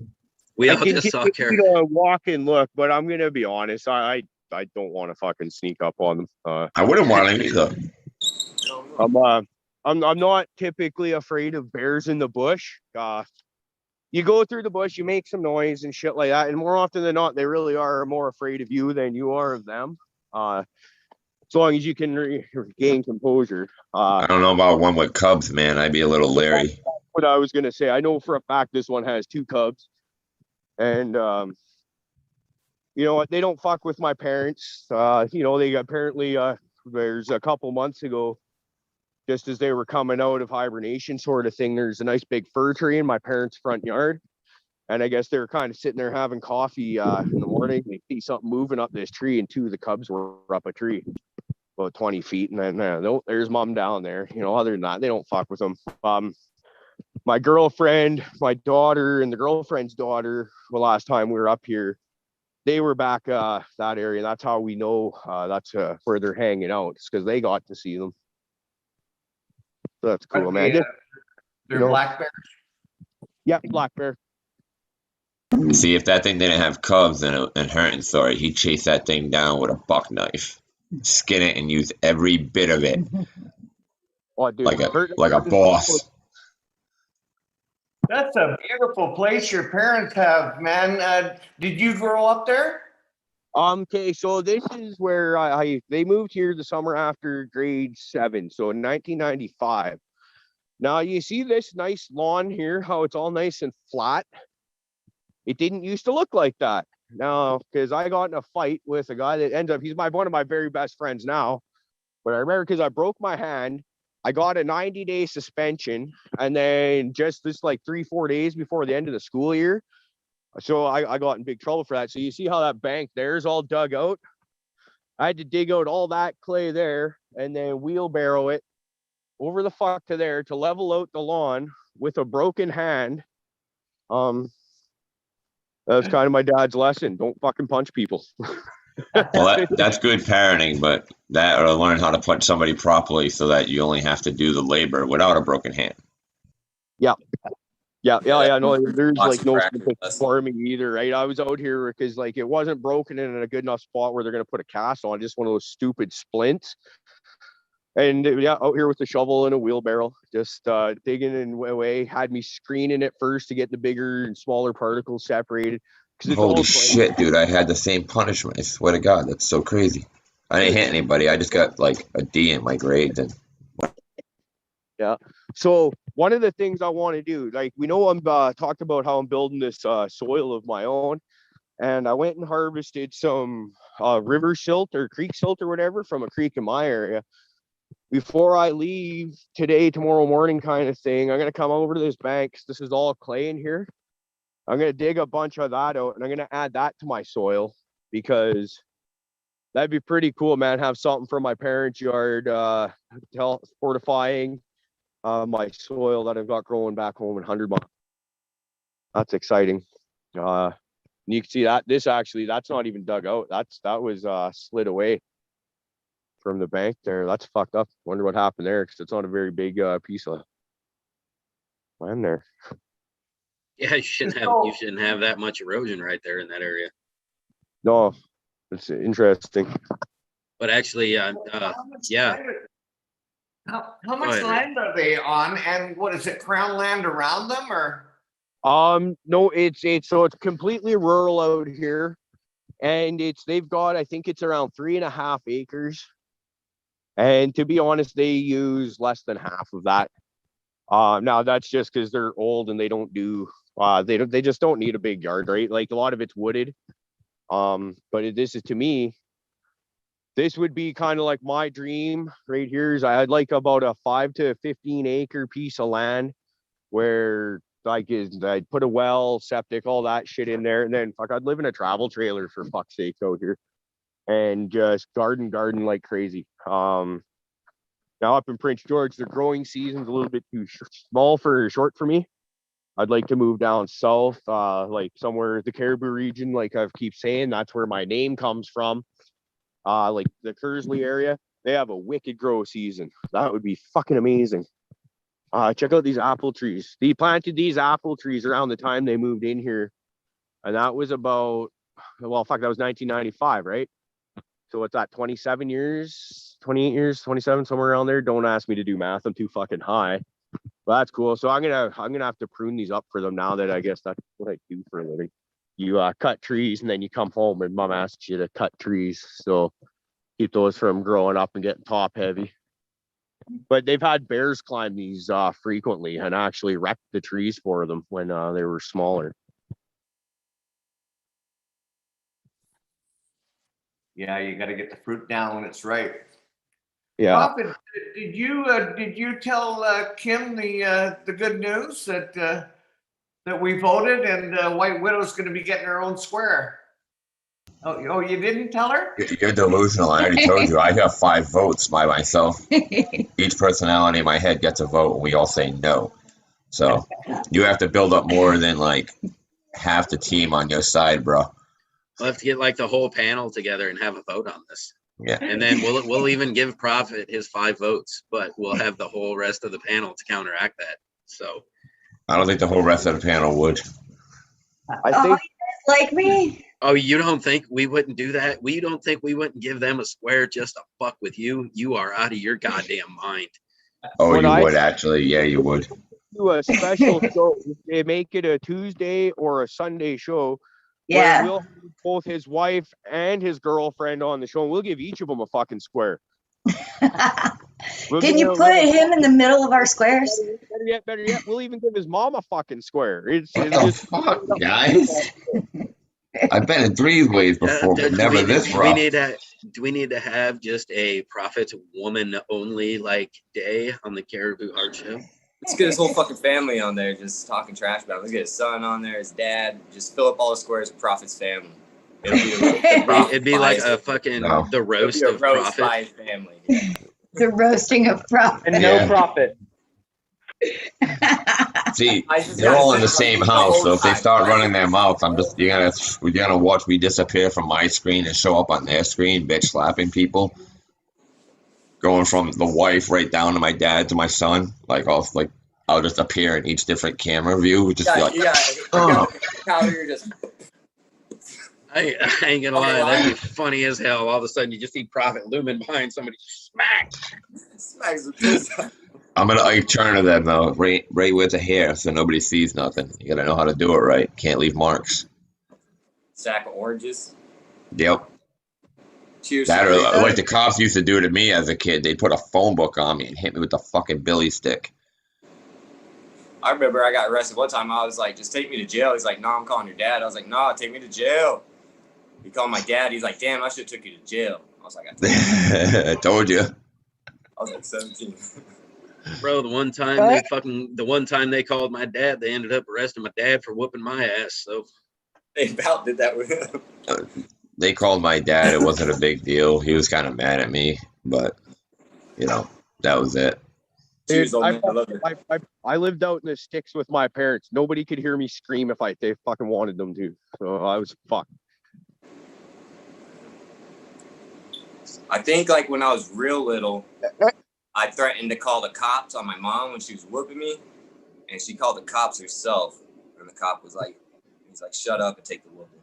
Actually, that's funny you mentioned that one, DP, because I remember the same bluff. I told my mom, if dad fucking hits me again, I'll call the cops on him. So like, and then like the next day or whatever it was, my dad because my mom, obviously she's going to tell my dad about this. And so my dad calls me out and he's fucking like hands me the phone and he's like, call them, fucking call them. Here's the phone. I just like start bawling and crying and trembling like, I don't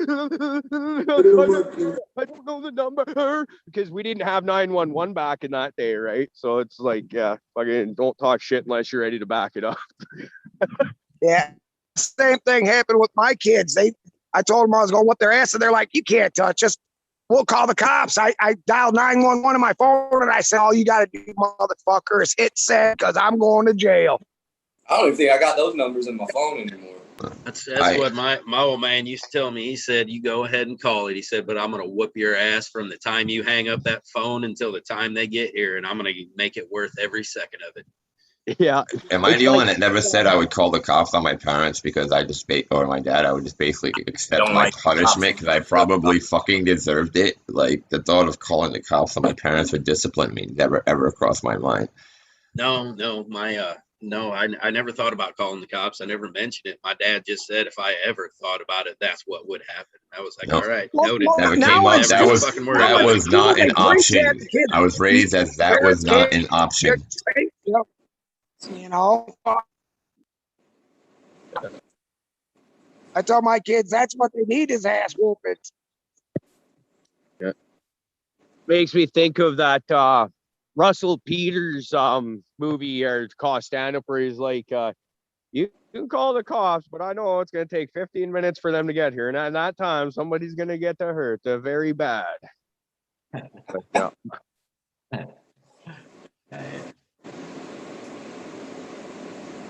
So I'd like to say something about chat. We were, well, it's such a big part of the show, and we were talking about it or chatting about it recently, and I remembered Skilbo was in chat, and he did make a comment that quite frankly, chat is the show, and it just gave me something to think about. But I had to laugh one time.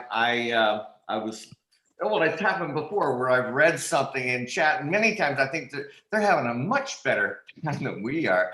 I mean, hey, don't get me wrong, this is great, but these guys, they just go on and on. And so I remember reading a comment and then repeating it to the panel. Because it's kind of unnecessary because chat's already read the comment. Fuck, where was I going with that? I got into the indica a little too early this morning, but okay, happens to the best of my friend. That's what's making you so chatty? The indica? Oh yeah. No, I blame the indica. Okay. Oh, that reminds me. And speaking of chat, when after I got out of the hot tub, I was in the shower scrubbing off, and I heard Prophet shout out Beelzebub, who was in the chat. And I was scrubbing my balls when that happened, Sam. So just think of that when your name came up. Very nice. That's awesome. Why is it when I'm scrubbing my balls, it always pops up? That's weird. I'll never get that vision out of my head now. Never.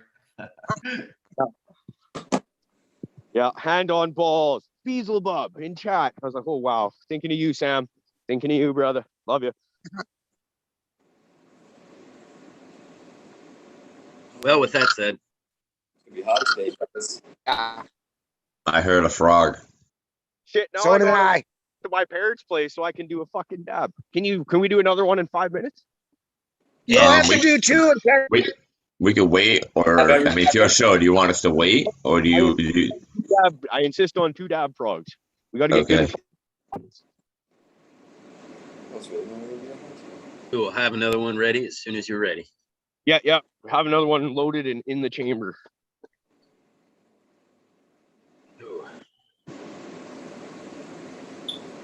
Well, I'll tell you what, that hype stuff is, was a 1-to-1 or close enough to. I'd sure love to actually get my shit tested because I feel super good, man. Smoking this fucking hash and got it feels way heavier than a 1-to-1. That was good stuff. Like, Yeah, look at that. I gotta say the same thing about What are you thinking? More like a 2-to-1? Oh, I don't know. Maybe I pulled it late and it's just really, heavy. But I like it a lot. But maybe I should have laid off it a little bit this morning. I feel Your eyes look a little heavy. I kind of you're making me wish I grew the hash and got instead of the canning coat first, Fluffy, man. isn't like that. No, That remember, plant was so beautiful. It was like the hash and got was such a beautiful plant, man. I need to start posting some of his CBDs. I got one of his. Ooh, go ahead.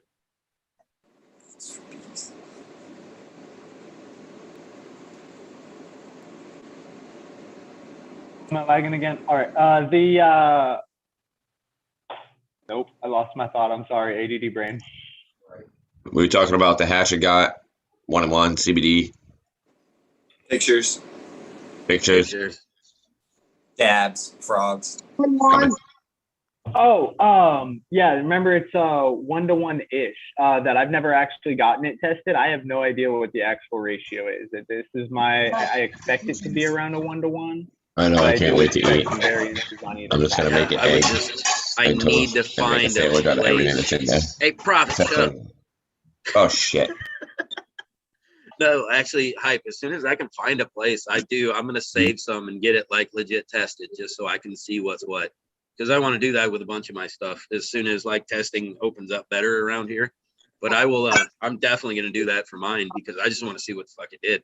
Because Can you take it in to get tested for CBD? No, I'm gonna take it in to get it like full on tested. Like if it was gonna get sold, like I want to do like a full round test just to do everything. I want to see the heavy metal test, the pest test. I want to make sure everything I'm doing's up to what I think it is. So, so I want everything. But I am curious to see what my CBD and like THC numbers look like comparatively to what so like right with hypes is like. I want to see if he's around like the 1-to-1. I know what the effect is. I know it's great. But just to see or to see when I'm pulling these, if I'm pulling them at the time when I'm getting the right amount of CBD to THC, all that stuff. So, testing's cool. And I just wish they would open it up more, like make it easier for people. Because I don't know if where I live in Illinois, there's anywhere that I can actually get tested without driving up north, like up in the city. I think is one of the few labs that we have here. So, and I'm not just going to drive up there to test some shit, and we can't mail anything. So it's pretty fucking stupid. But as soon as, these options open up or I can find a lab somewhere around here, if anybody ever knows, shoot me a fucking link. But I would love to get my shit tested and start putting out results because, stuff for like hype, like I grew it out. I want to know. And I'm sure he wants to know. So fucking let's test it. Yeah, I forgot. Right. So am I allowed to hijack Yeah, the if show? I wanted to get it tested here, I basically have to hand the cops like an ounce and just be like, here, it's quote unquote hemp. You That'd be hijacking the show again? Yeah. Ooh, we need. Caribou, hijack your own show. It's fine. Okay. Dab time. Second dab time, folks. Let's do it. Let's get fucked up. It's free time. That's right. There it is. Fluff. Play that funky music. Yay, impeccable timing twice. Yes. All right. Let's get effed up. So today I've been smoking on some stuff that Raider grew. Oh hell, it's from Rasta Jeff. I think it's Lemon Jeffrey. And holy shit, like I saw the jar and it was so resinous that like the jar didn't just have like a little bit of resin on it. He unscrewed the jar and it looked like he was like painting wax and rosin on the shit. I went to smell the jar and accidentally like my lip touched just the lip of it, and I just straight like I had been sitting there like licking buds, sticky and just very gassy. You're not supposed to be afraid of a Jeffrey. I'm not sure what it was. Like, that's the rule. You're not supposed to be afraid of a Jeffrey, but I keep hearing about this Lemon Jeffrey. It's fucking whooping people's asses.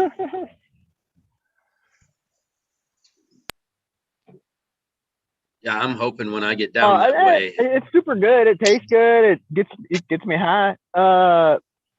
I'm not gonna say it's something to be afraid of. Then again, I'm not afraid of flour. Mm.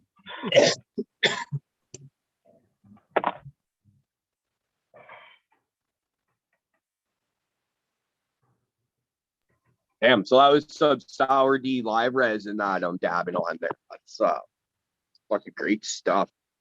I'll see if I can show you this to you guys. So the girl, I come home from work the other day.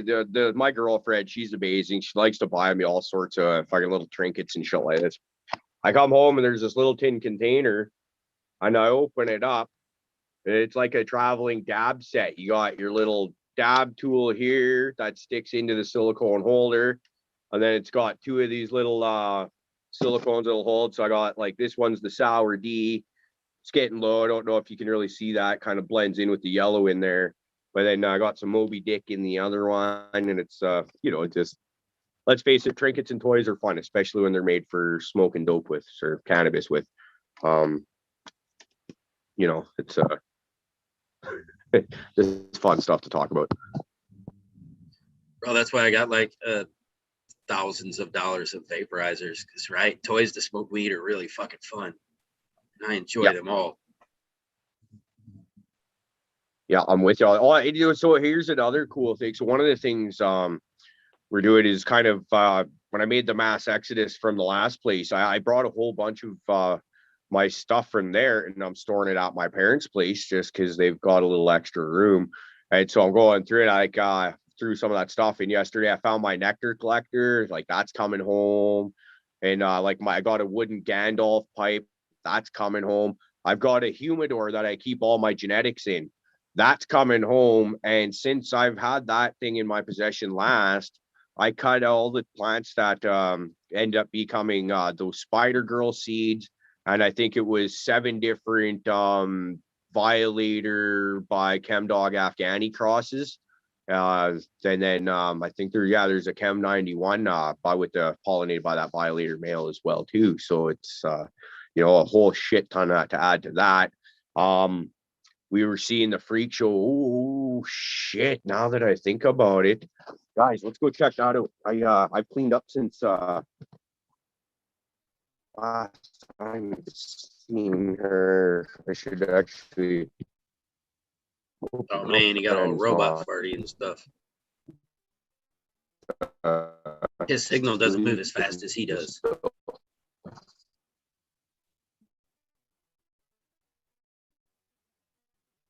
Yeah, we'll see. But anyway, yeah, this should be. What do we got? Johnny's like staying in shit. Hey, how about that cart lobster made?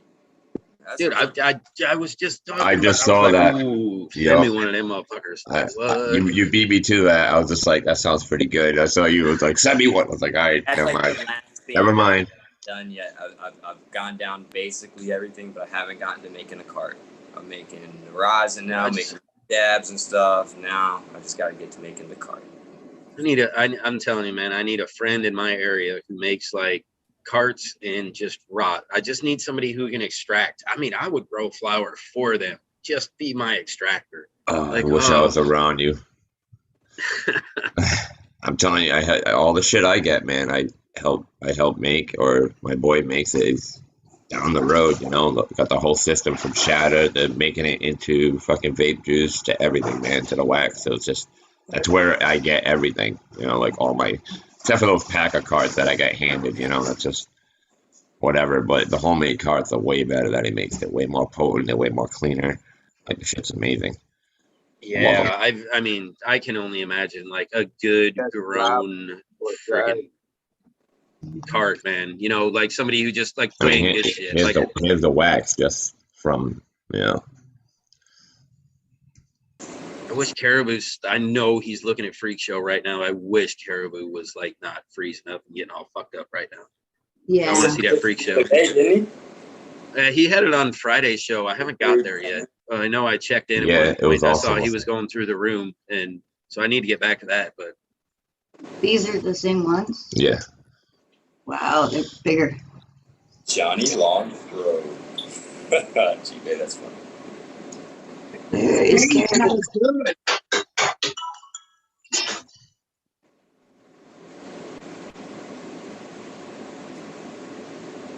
I like that tank top Johnny has. bro, Johnny's got like the sickest wardrobe I think of any person ever. I mean, let's not lie. I mean, it's all about the Where's Waldo shirt. You know what I'm saying? Hey, I wear my pajamas. I'm man. so jealous of those pajamas. I'm comfy. I mean, with it my looks like pajamas. you escaped a old school prison, like with the stripes and shit. But other than that, they're pretty cool, man.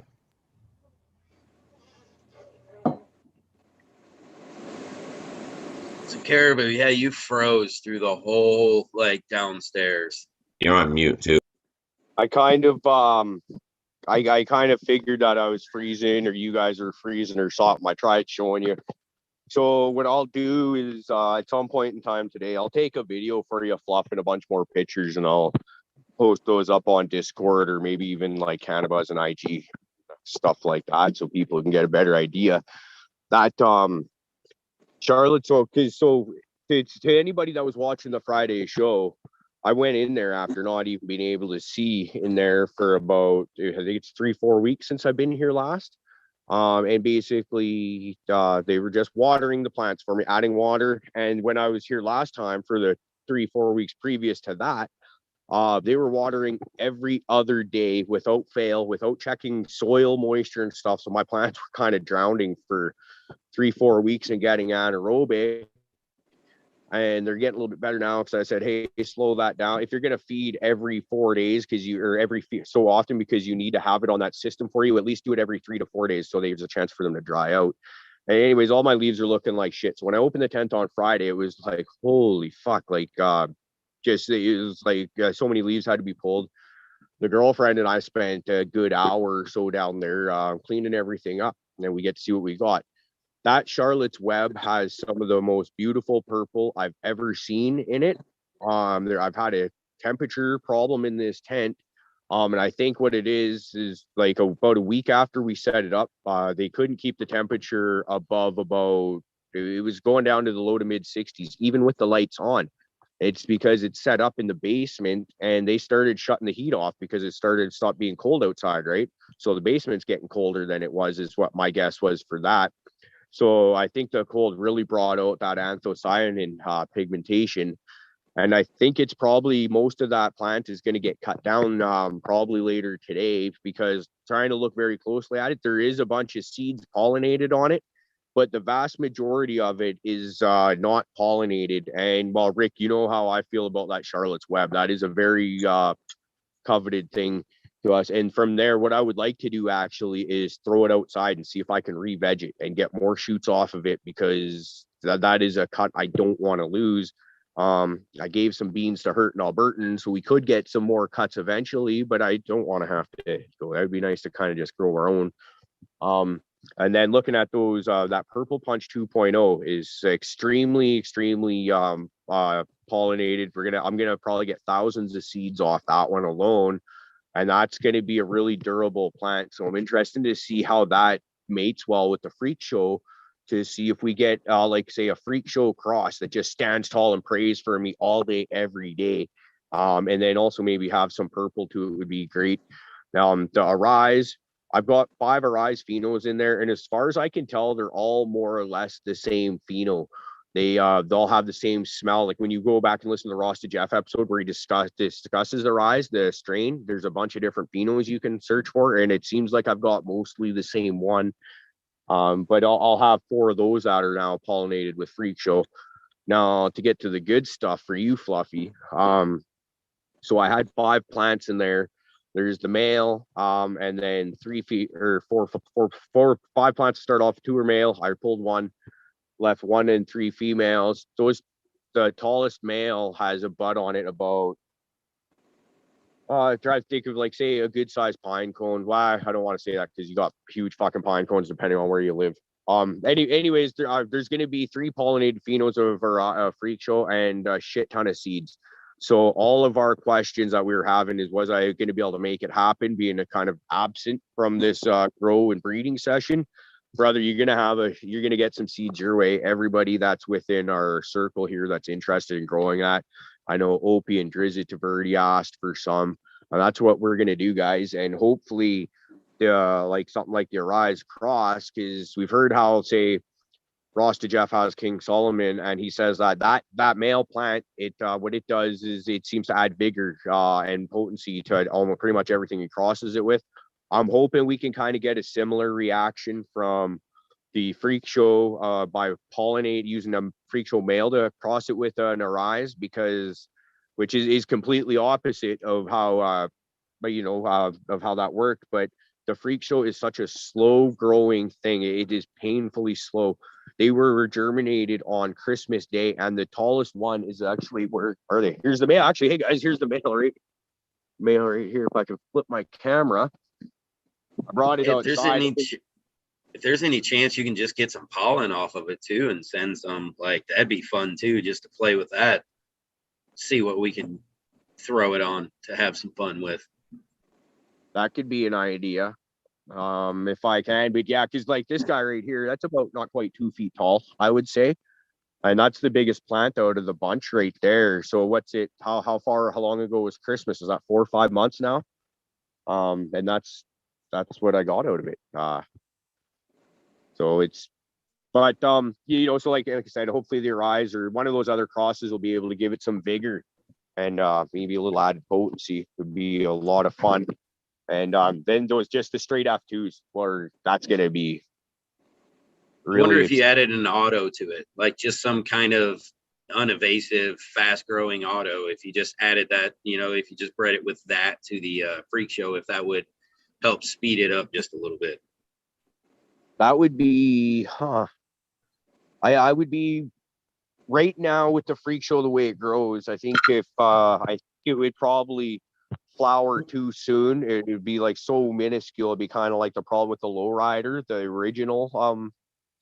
Well, but not for making it an auto, just for using it to, speed up the plant's metabolism just a little bit. So a lot of people will breed with the autos. Just they'll take the photo side, the photo seeds that they get from, like the first generation, and they use those to speed up like the flowering time. Turn it into a fast flowering Freak Show, not an auto. Right. Yeah, but I just wonder if that would help with the vigor in veg also. I don't know. That's an interesting concept. Okay, so yeah, I thought you were talking about making autos, and I was thinking that like the bonus of how the Freak Show grows now wouldn't grow fast enough that by the time the auto triggers it, right, it would still be too small. But that's an interesting concept that you're mentioning there. I don't know enough about them. I think the fast flowering femmes, or however that works with the autos like you're mentioning, I think that might be just a bloom thing. Is anybody in chat? Can you answer that for us? Will fast flowering plants, that if you take an auto flower and cross it with a regular seed, does it grow any faster in veg? I suspect it doesn't, but that would be awesome if it does, because I like that concept. Yeah, because I mean, like when you look at some of these autos, man, I mean, even the veg time is quite quick. They get to where they're going in a pretty fast manner. So, because they're tied to that. So if you have a big growing auto that's only a 70-day fucking auto, that thing's moving. That thing is hauling ass. Like you can almost watch it grow. You know what I mean? So if you can add some of that, I mean, it's got to help the veg time a little bit, I would imagine. I think the hard part would be keeping the freak show genetics so prominent in it, you know, because there's such, you know, it was a very, I believe it's recessive trait. So, you know, it's hard to hold on to those. Well, From this my is where understanding. it is going to be really exciting to me is what is the offspring going to look like? And what is the percentage of freak show dominant phenos? What's the percentage of, say, Arise phenos? And like what's the percentage of in betweens, and what are those crosses look like? Is there going to be something like so the Arise phenos that we have, the best description we can have is it smells like someone's bad breath in the morning. Is we've had a couple people independently actually say that, yeah, it smells like somebody's dragon breath first thing in the morning. So that would be a good way, because the pheno, the pollinated freak show phenos, they don't smell like that. So that'd be interesting if I could get that smell into one of these freak shows and have a good idea that, yeah, that is a pretty good representation of cross between your eyes that I got right now and the freak show. You know what I mean? Hey, Caribou, there's a few answers popping up. Vigorous Photos diet the same, but Ancient Soul Grown mentioned that he thinks it gives it more vigor, and Spartan has done this, so you may want to talk to him about this. Okay, that's interesting. I like it. Yeah, whenever we have our talk with Spartan, we'll have to shoot that one around a little bit, just to see what he thinks. Actually, now that you're bringing that up, Fluffy, it's a great thank you. We should start thinking about that more. Because we had that book for like last Saturday or the one before. And yeah, then, I apologize for that. Yeah, well, hey man, shit comes up. It's no big deal at all. And then I knew that this weekend I was going to be busy because I've had this weekend kind of booked ahead of time for at least a month now. So maybe next weekend we'll look to see if we can do that on like maybe the Saturday. Yeah, awesome. Yeah. Whenever it works again, I'll try to definitely be as accommodating as possible to get that done, because I really want to have this talk. It'll be fun. Yeah, that would be great. And then yeah, I would it'd be almost fun if we could do a separate one dedicated solely to outdoor growing too. We can get fucking into Khabib to fucking whack some knowledge on that, and get a couple other people that are, you know, known for their outdoor skills. I think it's that time of year where it's just about no matter where you are within North America, you can start putting plants outside now. So I wonder if we could get Talk Red into coming on and talk again, because I know he does a lot of hella outdoor grows. That would be pretty fucking cool to hear his opinion. Yeah. Yeah. Well, it actually, what about Q Grows? He's pretty good outdoors too, isn't he? Is it him that I recall he had to take the roof off of his greenhouse? Yeah, he had some crazy shit where like he was climbing a huge ladder, if I remember correctly, to get to the top of that thing. I watched the Cannabis outdoor grow yesterday. I caught it, and yeah, I think he said it was like 14 feet or something like that. Yeah. I forget how many feet wide too. It was chunky. Yeah, it was stupid big. Yeah. So, but yeah, man, I'm down too, man. I'm down to go live in the greenhouse and shit and do that Caribou with all of us. Hell yeah, man. You know, dude, that'd be fucking awesome. I did sorry to change the subject. I had a thought. I don't know if you can see it down there below me, but that's a whole bunch of stinging nettle sprouts coming up, like all the way down there. Now, at my parents' place, I was just thinking I should do some IMO collecting while I'm here, because as you can see, it's a great fucking place for it. But IMOs, and that's a part of KNF, Korean Natural Farming, as is making fermented plant juice, which is where the stinging nettles come in. Once these grow up and start having their flowers and stuff like that, I'm going to come through here and I'm going to harvest a shit ton of them and mix the equal weights stinging nettle flowers to brown sugar, and you let it sit there for a week, and you'll see how all the liquid collects at the bottom. You strain it off, and then that's extremely high silica content stuff that you can add to your organic gardening solutions and stuff that you're doing when you're making teas and whatnot. Oh, I love making that stuff, and that's so cool. That's Yeah, neat to have an area big enough to get enough nettles to, fuck with it too, that aren't Oh, dude, evasive and annoying. yeah, well, last year, it was last spring that I was kind of just learning about KNF and stuff. And right up against my house, I had a pretty good batch of stinging nettles. And what I didn't realize at the time was that you want the flowers. You don't want the stalks and all the stems and stuff like that. The flowers is where all the hormones and all the good shit is. So, man, I tried doing everything and I didn't get really fuck all because there's all this dry, woody substance in there that there's nothing to pull out with it. So this year I'm not making that same mistake. And I'm gonna do a whole bunch of different kinds. Like last year I did some banana FPJ. I went to the grocery store and I said, "Hey, do you got a whole bunch of bananas? You guys are about to throw out, they're about to expire." And I made I had a gallon of banana juice FPJ. And then but for other what kind of nutritional content are you looking for your plant? Let's brew it up ourselves and have your own little fucking homemade, almost like a pharmacy of homemade goodies for your plants.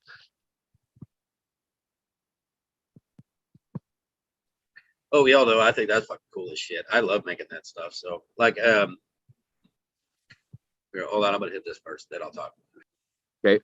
And then other Definitely looking forward to getting out of the city and getting out to a place like that where I can do stuff like that, because I'm definitely interested in all that. I've just started looking into the KNF style farming and things of that nature, and it's all something that I'm really looking forward to. If you're getting into that, look up Chris Trump. That's the first. That's the one. I think Indica B sent me that link initially, or Fluffy, or somebody from here. Yeah, I sent that over too, or one of them. I sent something to you. Yeah. Yeah, the FPJs and making stuff like that is kind of like, the organic way of like doctoring a plant. It's like when we're doing our organics, everyone asks, like, how do you fix like a targeted deficiency?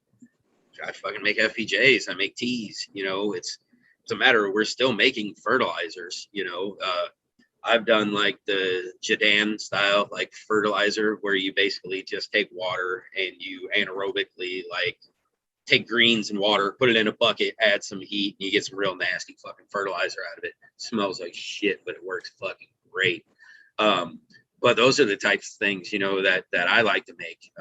And that's how I fix any deficiency. That's how I just add a little bit of extra vigor for what, my garden's doing. That's how we do this shit organically. And that's how, yeah. And the other one that I'm really interested in trying is I want to make my own fish amino acids, which is basically the same process I just described with plants, but you're using fish byproducts, right?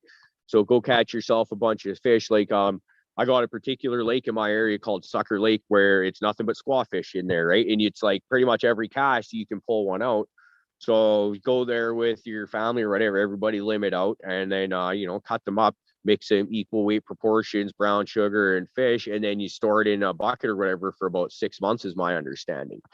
Now, from watching Chris Trump's video on how to make the fish amino acids, I recall I think it's only really 3 ingredients. It's the fish, the brown sugar, but then you also need some OHN, which I believe stands for Oriental Herbal Nutrient. It's an alcohol-based thing, and you only need a little bit. What I would like to know is, because I don't have OHN, and it's a lengthy process to make it. Can I actually make fish amino acids without the OHN in it, without it going funky on me? So if there's anybody in chat that has experience with that can answer that question, I'd be greatly appreciative of that. Because if that's the case, then fuck, I'll take the girlfriend and the kids out next weekend. We'll catch a shit ton of fish, buck them up into little chunks, and just coat them with brown sugar, and we'll just throw it in a corner somewhere and check on it around Christmas time and see how it goes. Strain it off all the liquid.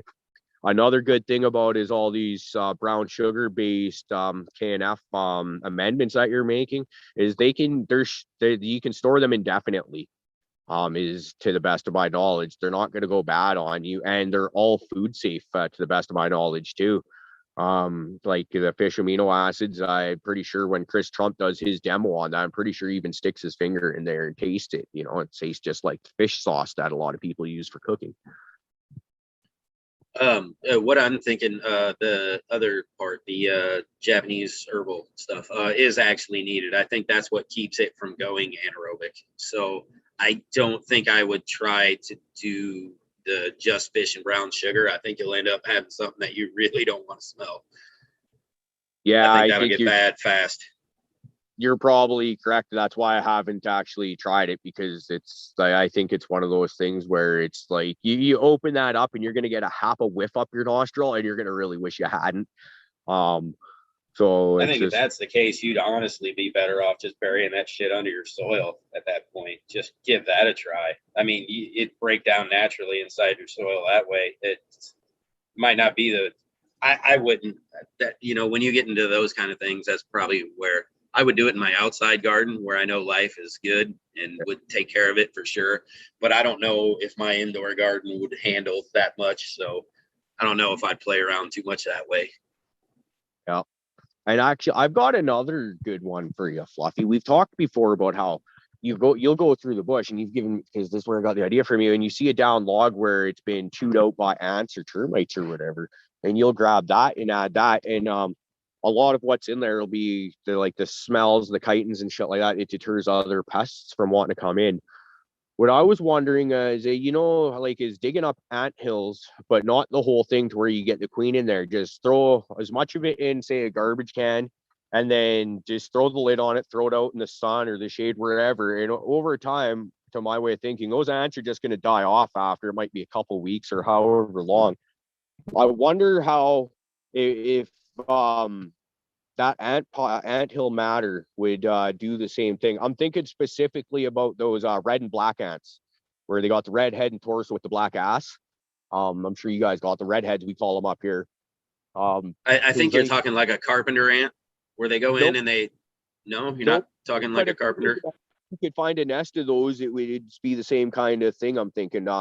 Just you'll find them in the bush, and they usually build their nest out of just old decayed matter, red needles off of conifer trees and shit like that. Because I was thinking that's mostly organic matter in there. And then with all the dead ants and stuff like that, would that also, because you know how they have that almost a vinegary smell to them sometimes.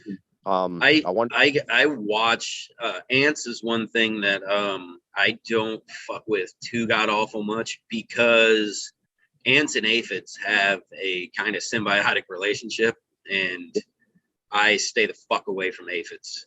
So I don't usually answer like the one thing. I try to do a real good job of keeping the fuck out of everything I have, because they do attract aphids, or aphids actually use ants. So but so what I like when you get into those down trees is I get like the rot in the middle. So like the termite droppings, the termite droppings I like a lot. Any of that dead and decomposed matter from the inside of that tree. Ant hills are cool as long as like you're not screwing. But ant hills are usually, they're usually just a bunch of sand and shit. It's a lot of the stuff that's not really great, but it usually provides aeration and a lot of moisture holding content in the shit that ants throw outside of their area. So usually that stuff's good for moisture retention, stuff like that. But it really, when you get into the forest, it's all about getting like the ground litter and getting some of that fungal mass off the ground from the forest. The inside rot of that tree, that's where you have a lot of your frass. So like your termite droppings, your bug droppings, all that. But yeah, would I cook them? I think I would. Like if I could definitely get it to the point of pasteurization, I'd fucking throw all that stuff in there without a problem. I'd let it all decompose and I'd have a good time doing it. And I couldn't tell you what it. Yeah. I'm sorry. Go ahead. Okay, because what I was thinking is just fill up say like a half a garbage can or whatever, because that seems to be what I'm using for holding my amendments in these days, and just let it sit there. You're no rush to use it, because for once I don't want these ants to be alive in there. I want everything to be dead. So all that shit running around, but I just feel like because their shells and like, you know, they're made of like your chitins and stuff. So I kind of help but wonder if that would actually be a decent thing. And then from there, you're gonna take a whole bunch, or not, you're gonna cut that the anthill material down, because and add that, just add that as you would with other amendments, right? I'm kind of thinking along the lines of like how you can get superfly insect frass from like say Gaia Green. Now you're gonna have a whole shit bunch of shit in there. Not just like your exoskeletons and stuff if you're doing what I'm talking about, but you would have like ant frass built in there. You'd have organic material just from the stuff that they're collecting to build their nests with, and then you'd also have decomposed ant carcass or whatever you want to call it too. That's what I was thinking. So it's interesting to me because I have thought before, because I do get you know, around here like termites and ants are kind of a big thing in my area. So I have thought a bunch about it. It's just like I said, that relationship between aphids and ants. So I don't know if you had a bunch of dead ant smell, if you would just really be attracting the aphids, or, you know, if that would be one that you would be like, all right, well, that one is actually not a good dead ant, you know, a good dead animal smell, because it's actually attracting something that you don't want. So I'm going to look into that. I'm actually going to make some calls and shit, because that's really interesting to me, because I like that. Because right, I have like one, I've used like obviously the termite and stuff, and the carpenter ants that are inside trees normally. And I've used that since I've used the inside, you know, humic and stuff from the tree. So I've definitely added it to my shit, and I know I don't have aphids. So yeah, no, you've got me real interested on this one. I am definitely going to be making some calls. Cool. I like to at least I didn't get completely blown out of the water. If it's there's some merit in at least searching further in this, because I'm just like I've been saying, I just want to get back to as cheap as possible, and just because you don't have to go and spend a bunch of money on your growing if you're willing to put a little bit of time, effort into it, you know. And that's just that this is the shit that I enjoy, man. Hanging out here on the deck, fucking like, here, I'll switch the camera around. You see what I'm talking about, you know, hanging out on my parents' deck, and it's just like the bush everywhere. This is the shit that makes me happy. The nature. There's right down there by the front of that truck right there.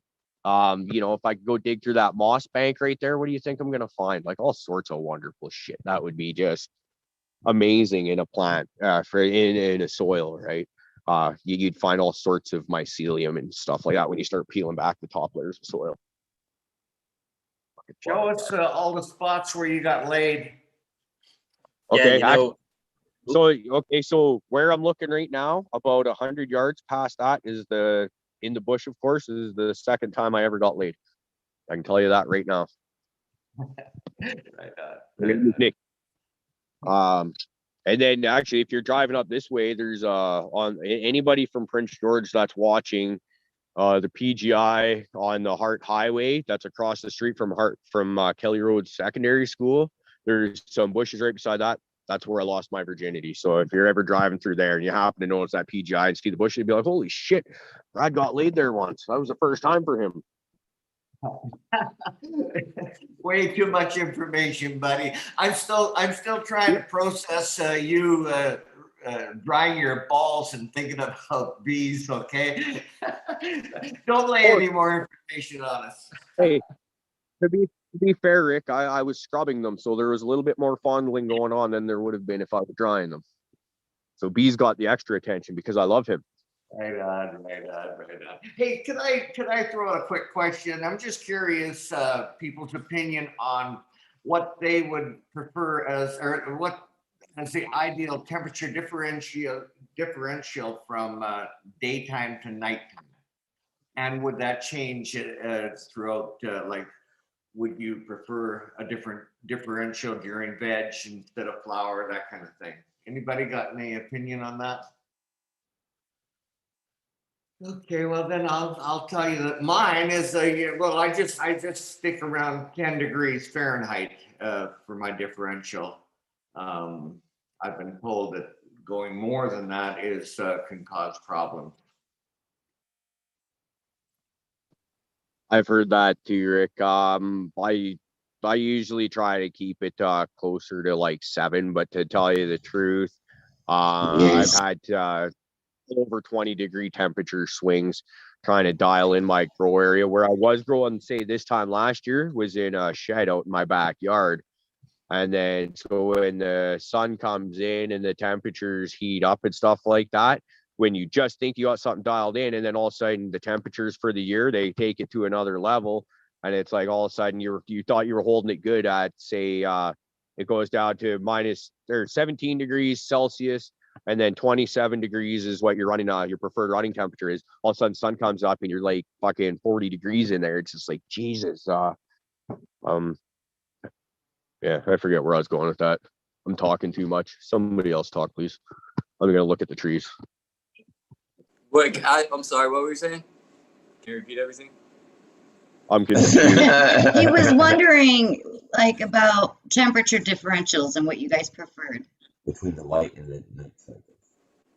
From daytime to night. Yeah, from daytime. Mine are kind of regulated due to the fact that I've mentioned before my AC and heater unit are in my room. So depending on what season it is, so like summer in my room is going to be cooler because of the air conditioner, and winter it's going to be warmer. But it regulates, you know, there's not much fluctuation because I don't really have control of that.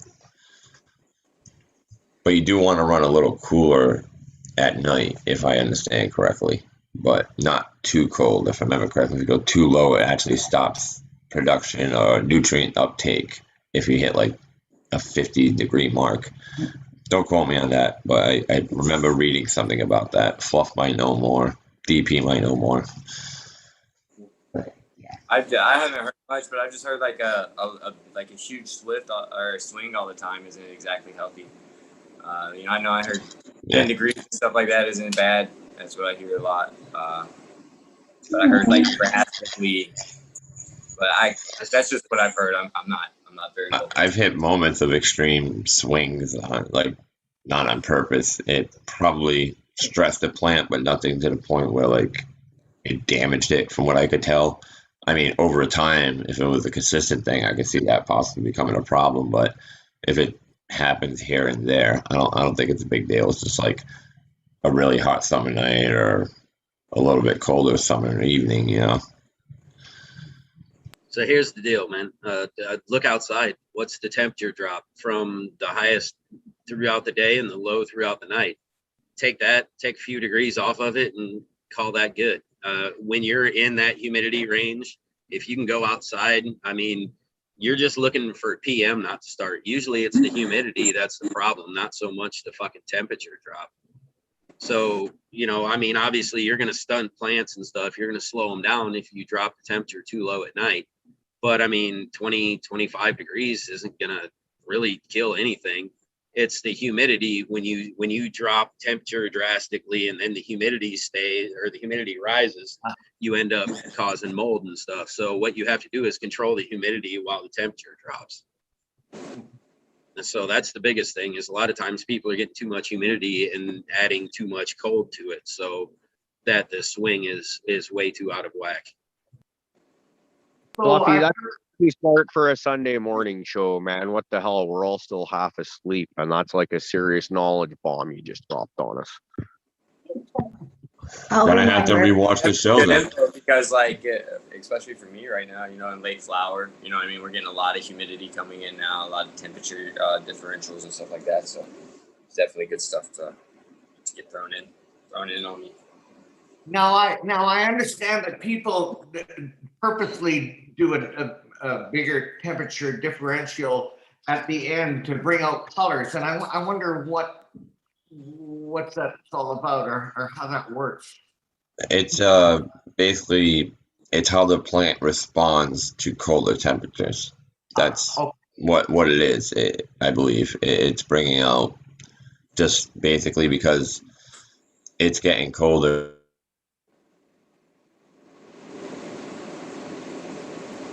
Yeah, you're locked up there, but I get the point. It's getting colder, and so the plant is dying, or doesn't want to die, so it changes colors. I'm trying to ad lib while we figure. Hey guys, can I jump I'm in sorry, one when I last was time here? I spacing gotta out go for a and get second. I gotta go get my day started here. Do you guys want me just to hand the controls over to Prophet or something, or? Well, I gotta go myself too. Oh, we lost Yeah, I'm Rob. gonna go get my day started as well. I got a lot of stuff I gotta take care of. So Maybe we can, yeah, I guess we could end it now. Hey, thanks everybody in chat. Great to see you. Have a fantastic, blessed day. cheers, everyone. Thanks, sir. Good to see you. Everybody have a Thanks. great day. Cheers, everyone. Well, thanks out there for Uncle Rick for being so spry this morning. I don't know what the hell happened. He ate his Wheaties, or Prophet's mom was extra good with the fucking morning head or whatever. Fuck. Rick, it was great to see him. I'm just so full of energy right off the bat today. You know what? I'll give you a true confession. Well, it's not a confession, but I had a shitty night. Really had a shitty night. And there's something I got to share with you. I feel like maybe you should all be psychiatrists right now, but so I was sleepless. I sleep here, sleep there. I set the alarm just to make sure I'd wake up. And but just prior to waking up, I was in a dream, and my God, I can't even, when I think about it, my dog was in two pieces. Like some critter got her, and she was still fucking whimpering, man. It was, and did I wake up? Yeah, like, man, I'm gonna have to analyze that one and report back to you. But anyways, I love y'all, and have a great day. All right. Then everybody chat, we love you all. Sorry I wasn't able to really say hi. It's just I'm doing it on my phone and it's too confusing to jump back and forth between YouTube and Zoom on the phone like that. But you know I love you all.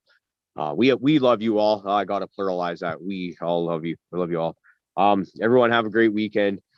Coming up on Tuesday, we've got Trevor from Canada's Finest joining us. That's an online dispensary up here in Canada. He grows on a pretty big scale, and as to the best of my knowledge, it's pretty much a one-man operation. I've sampled his product on more than one occasion, a lot more than one occasion, tell you the truth, and I can vouch for him. You know, the guy's got some skills, and so yeah, we're gonna have a good chat with him. You're not gonna want to miss that. So we'll see you Tuesday at 6 p.m. Pacific for that. And everyone else up here, I don't know if you guys have a long weekend down there in the States, but up here in Canada, we've got a long weekend, so we still got tomorrow off. So everybody enjoy the rest of your weekend.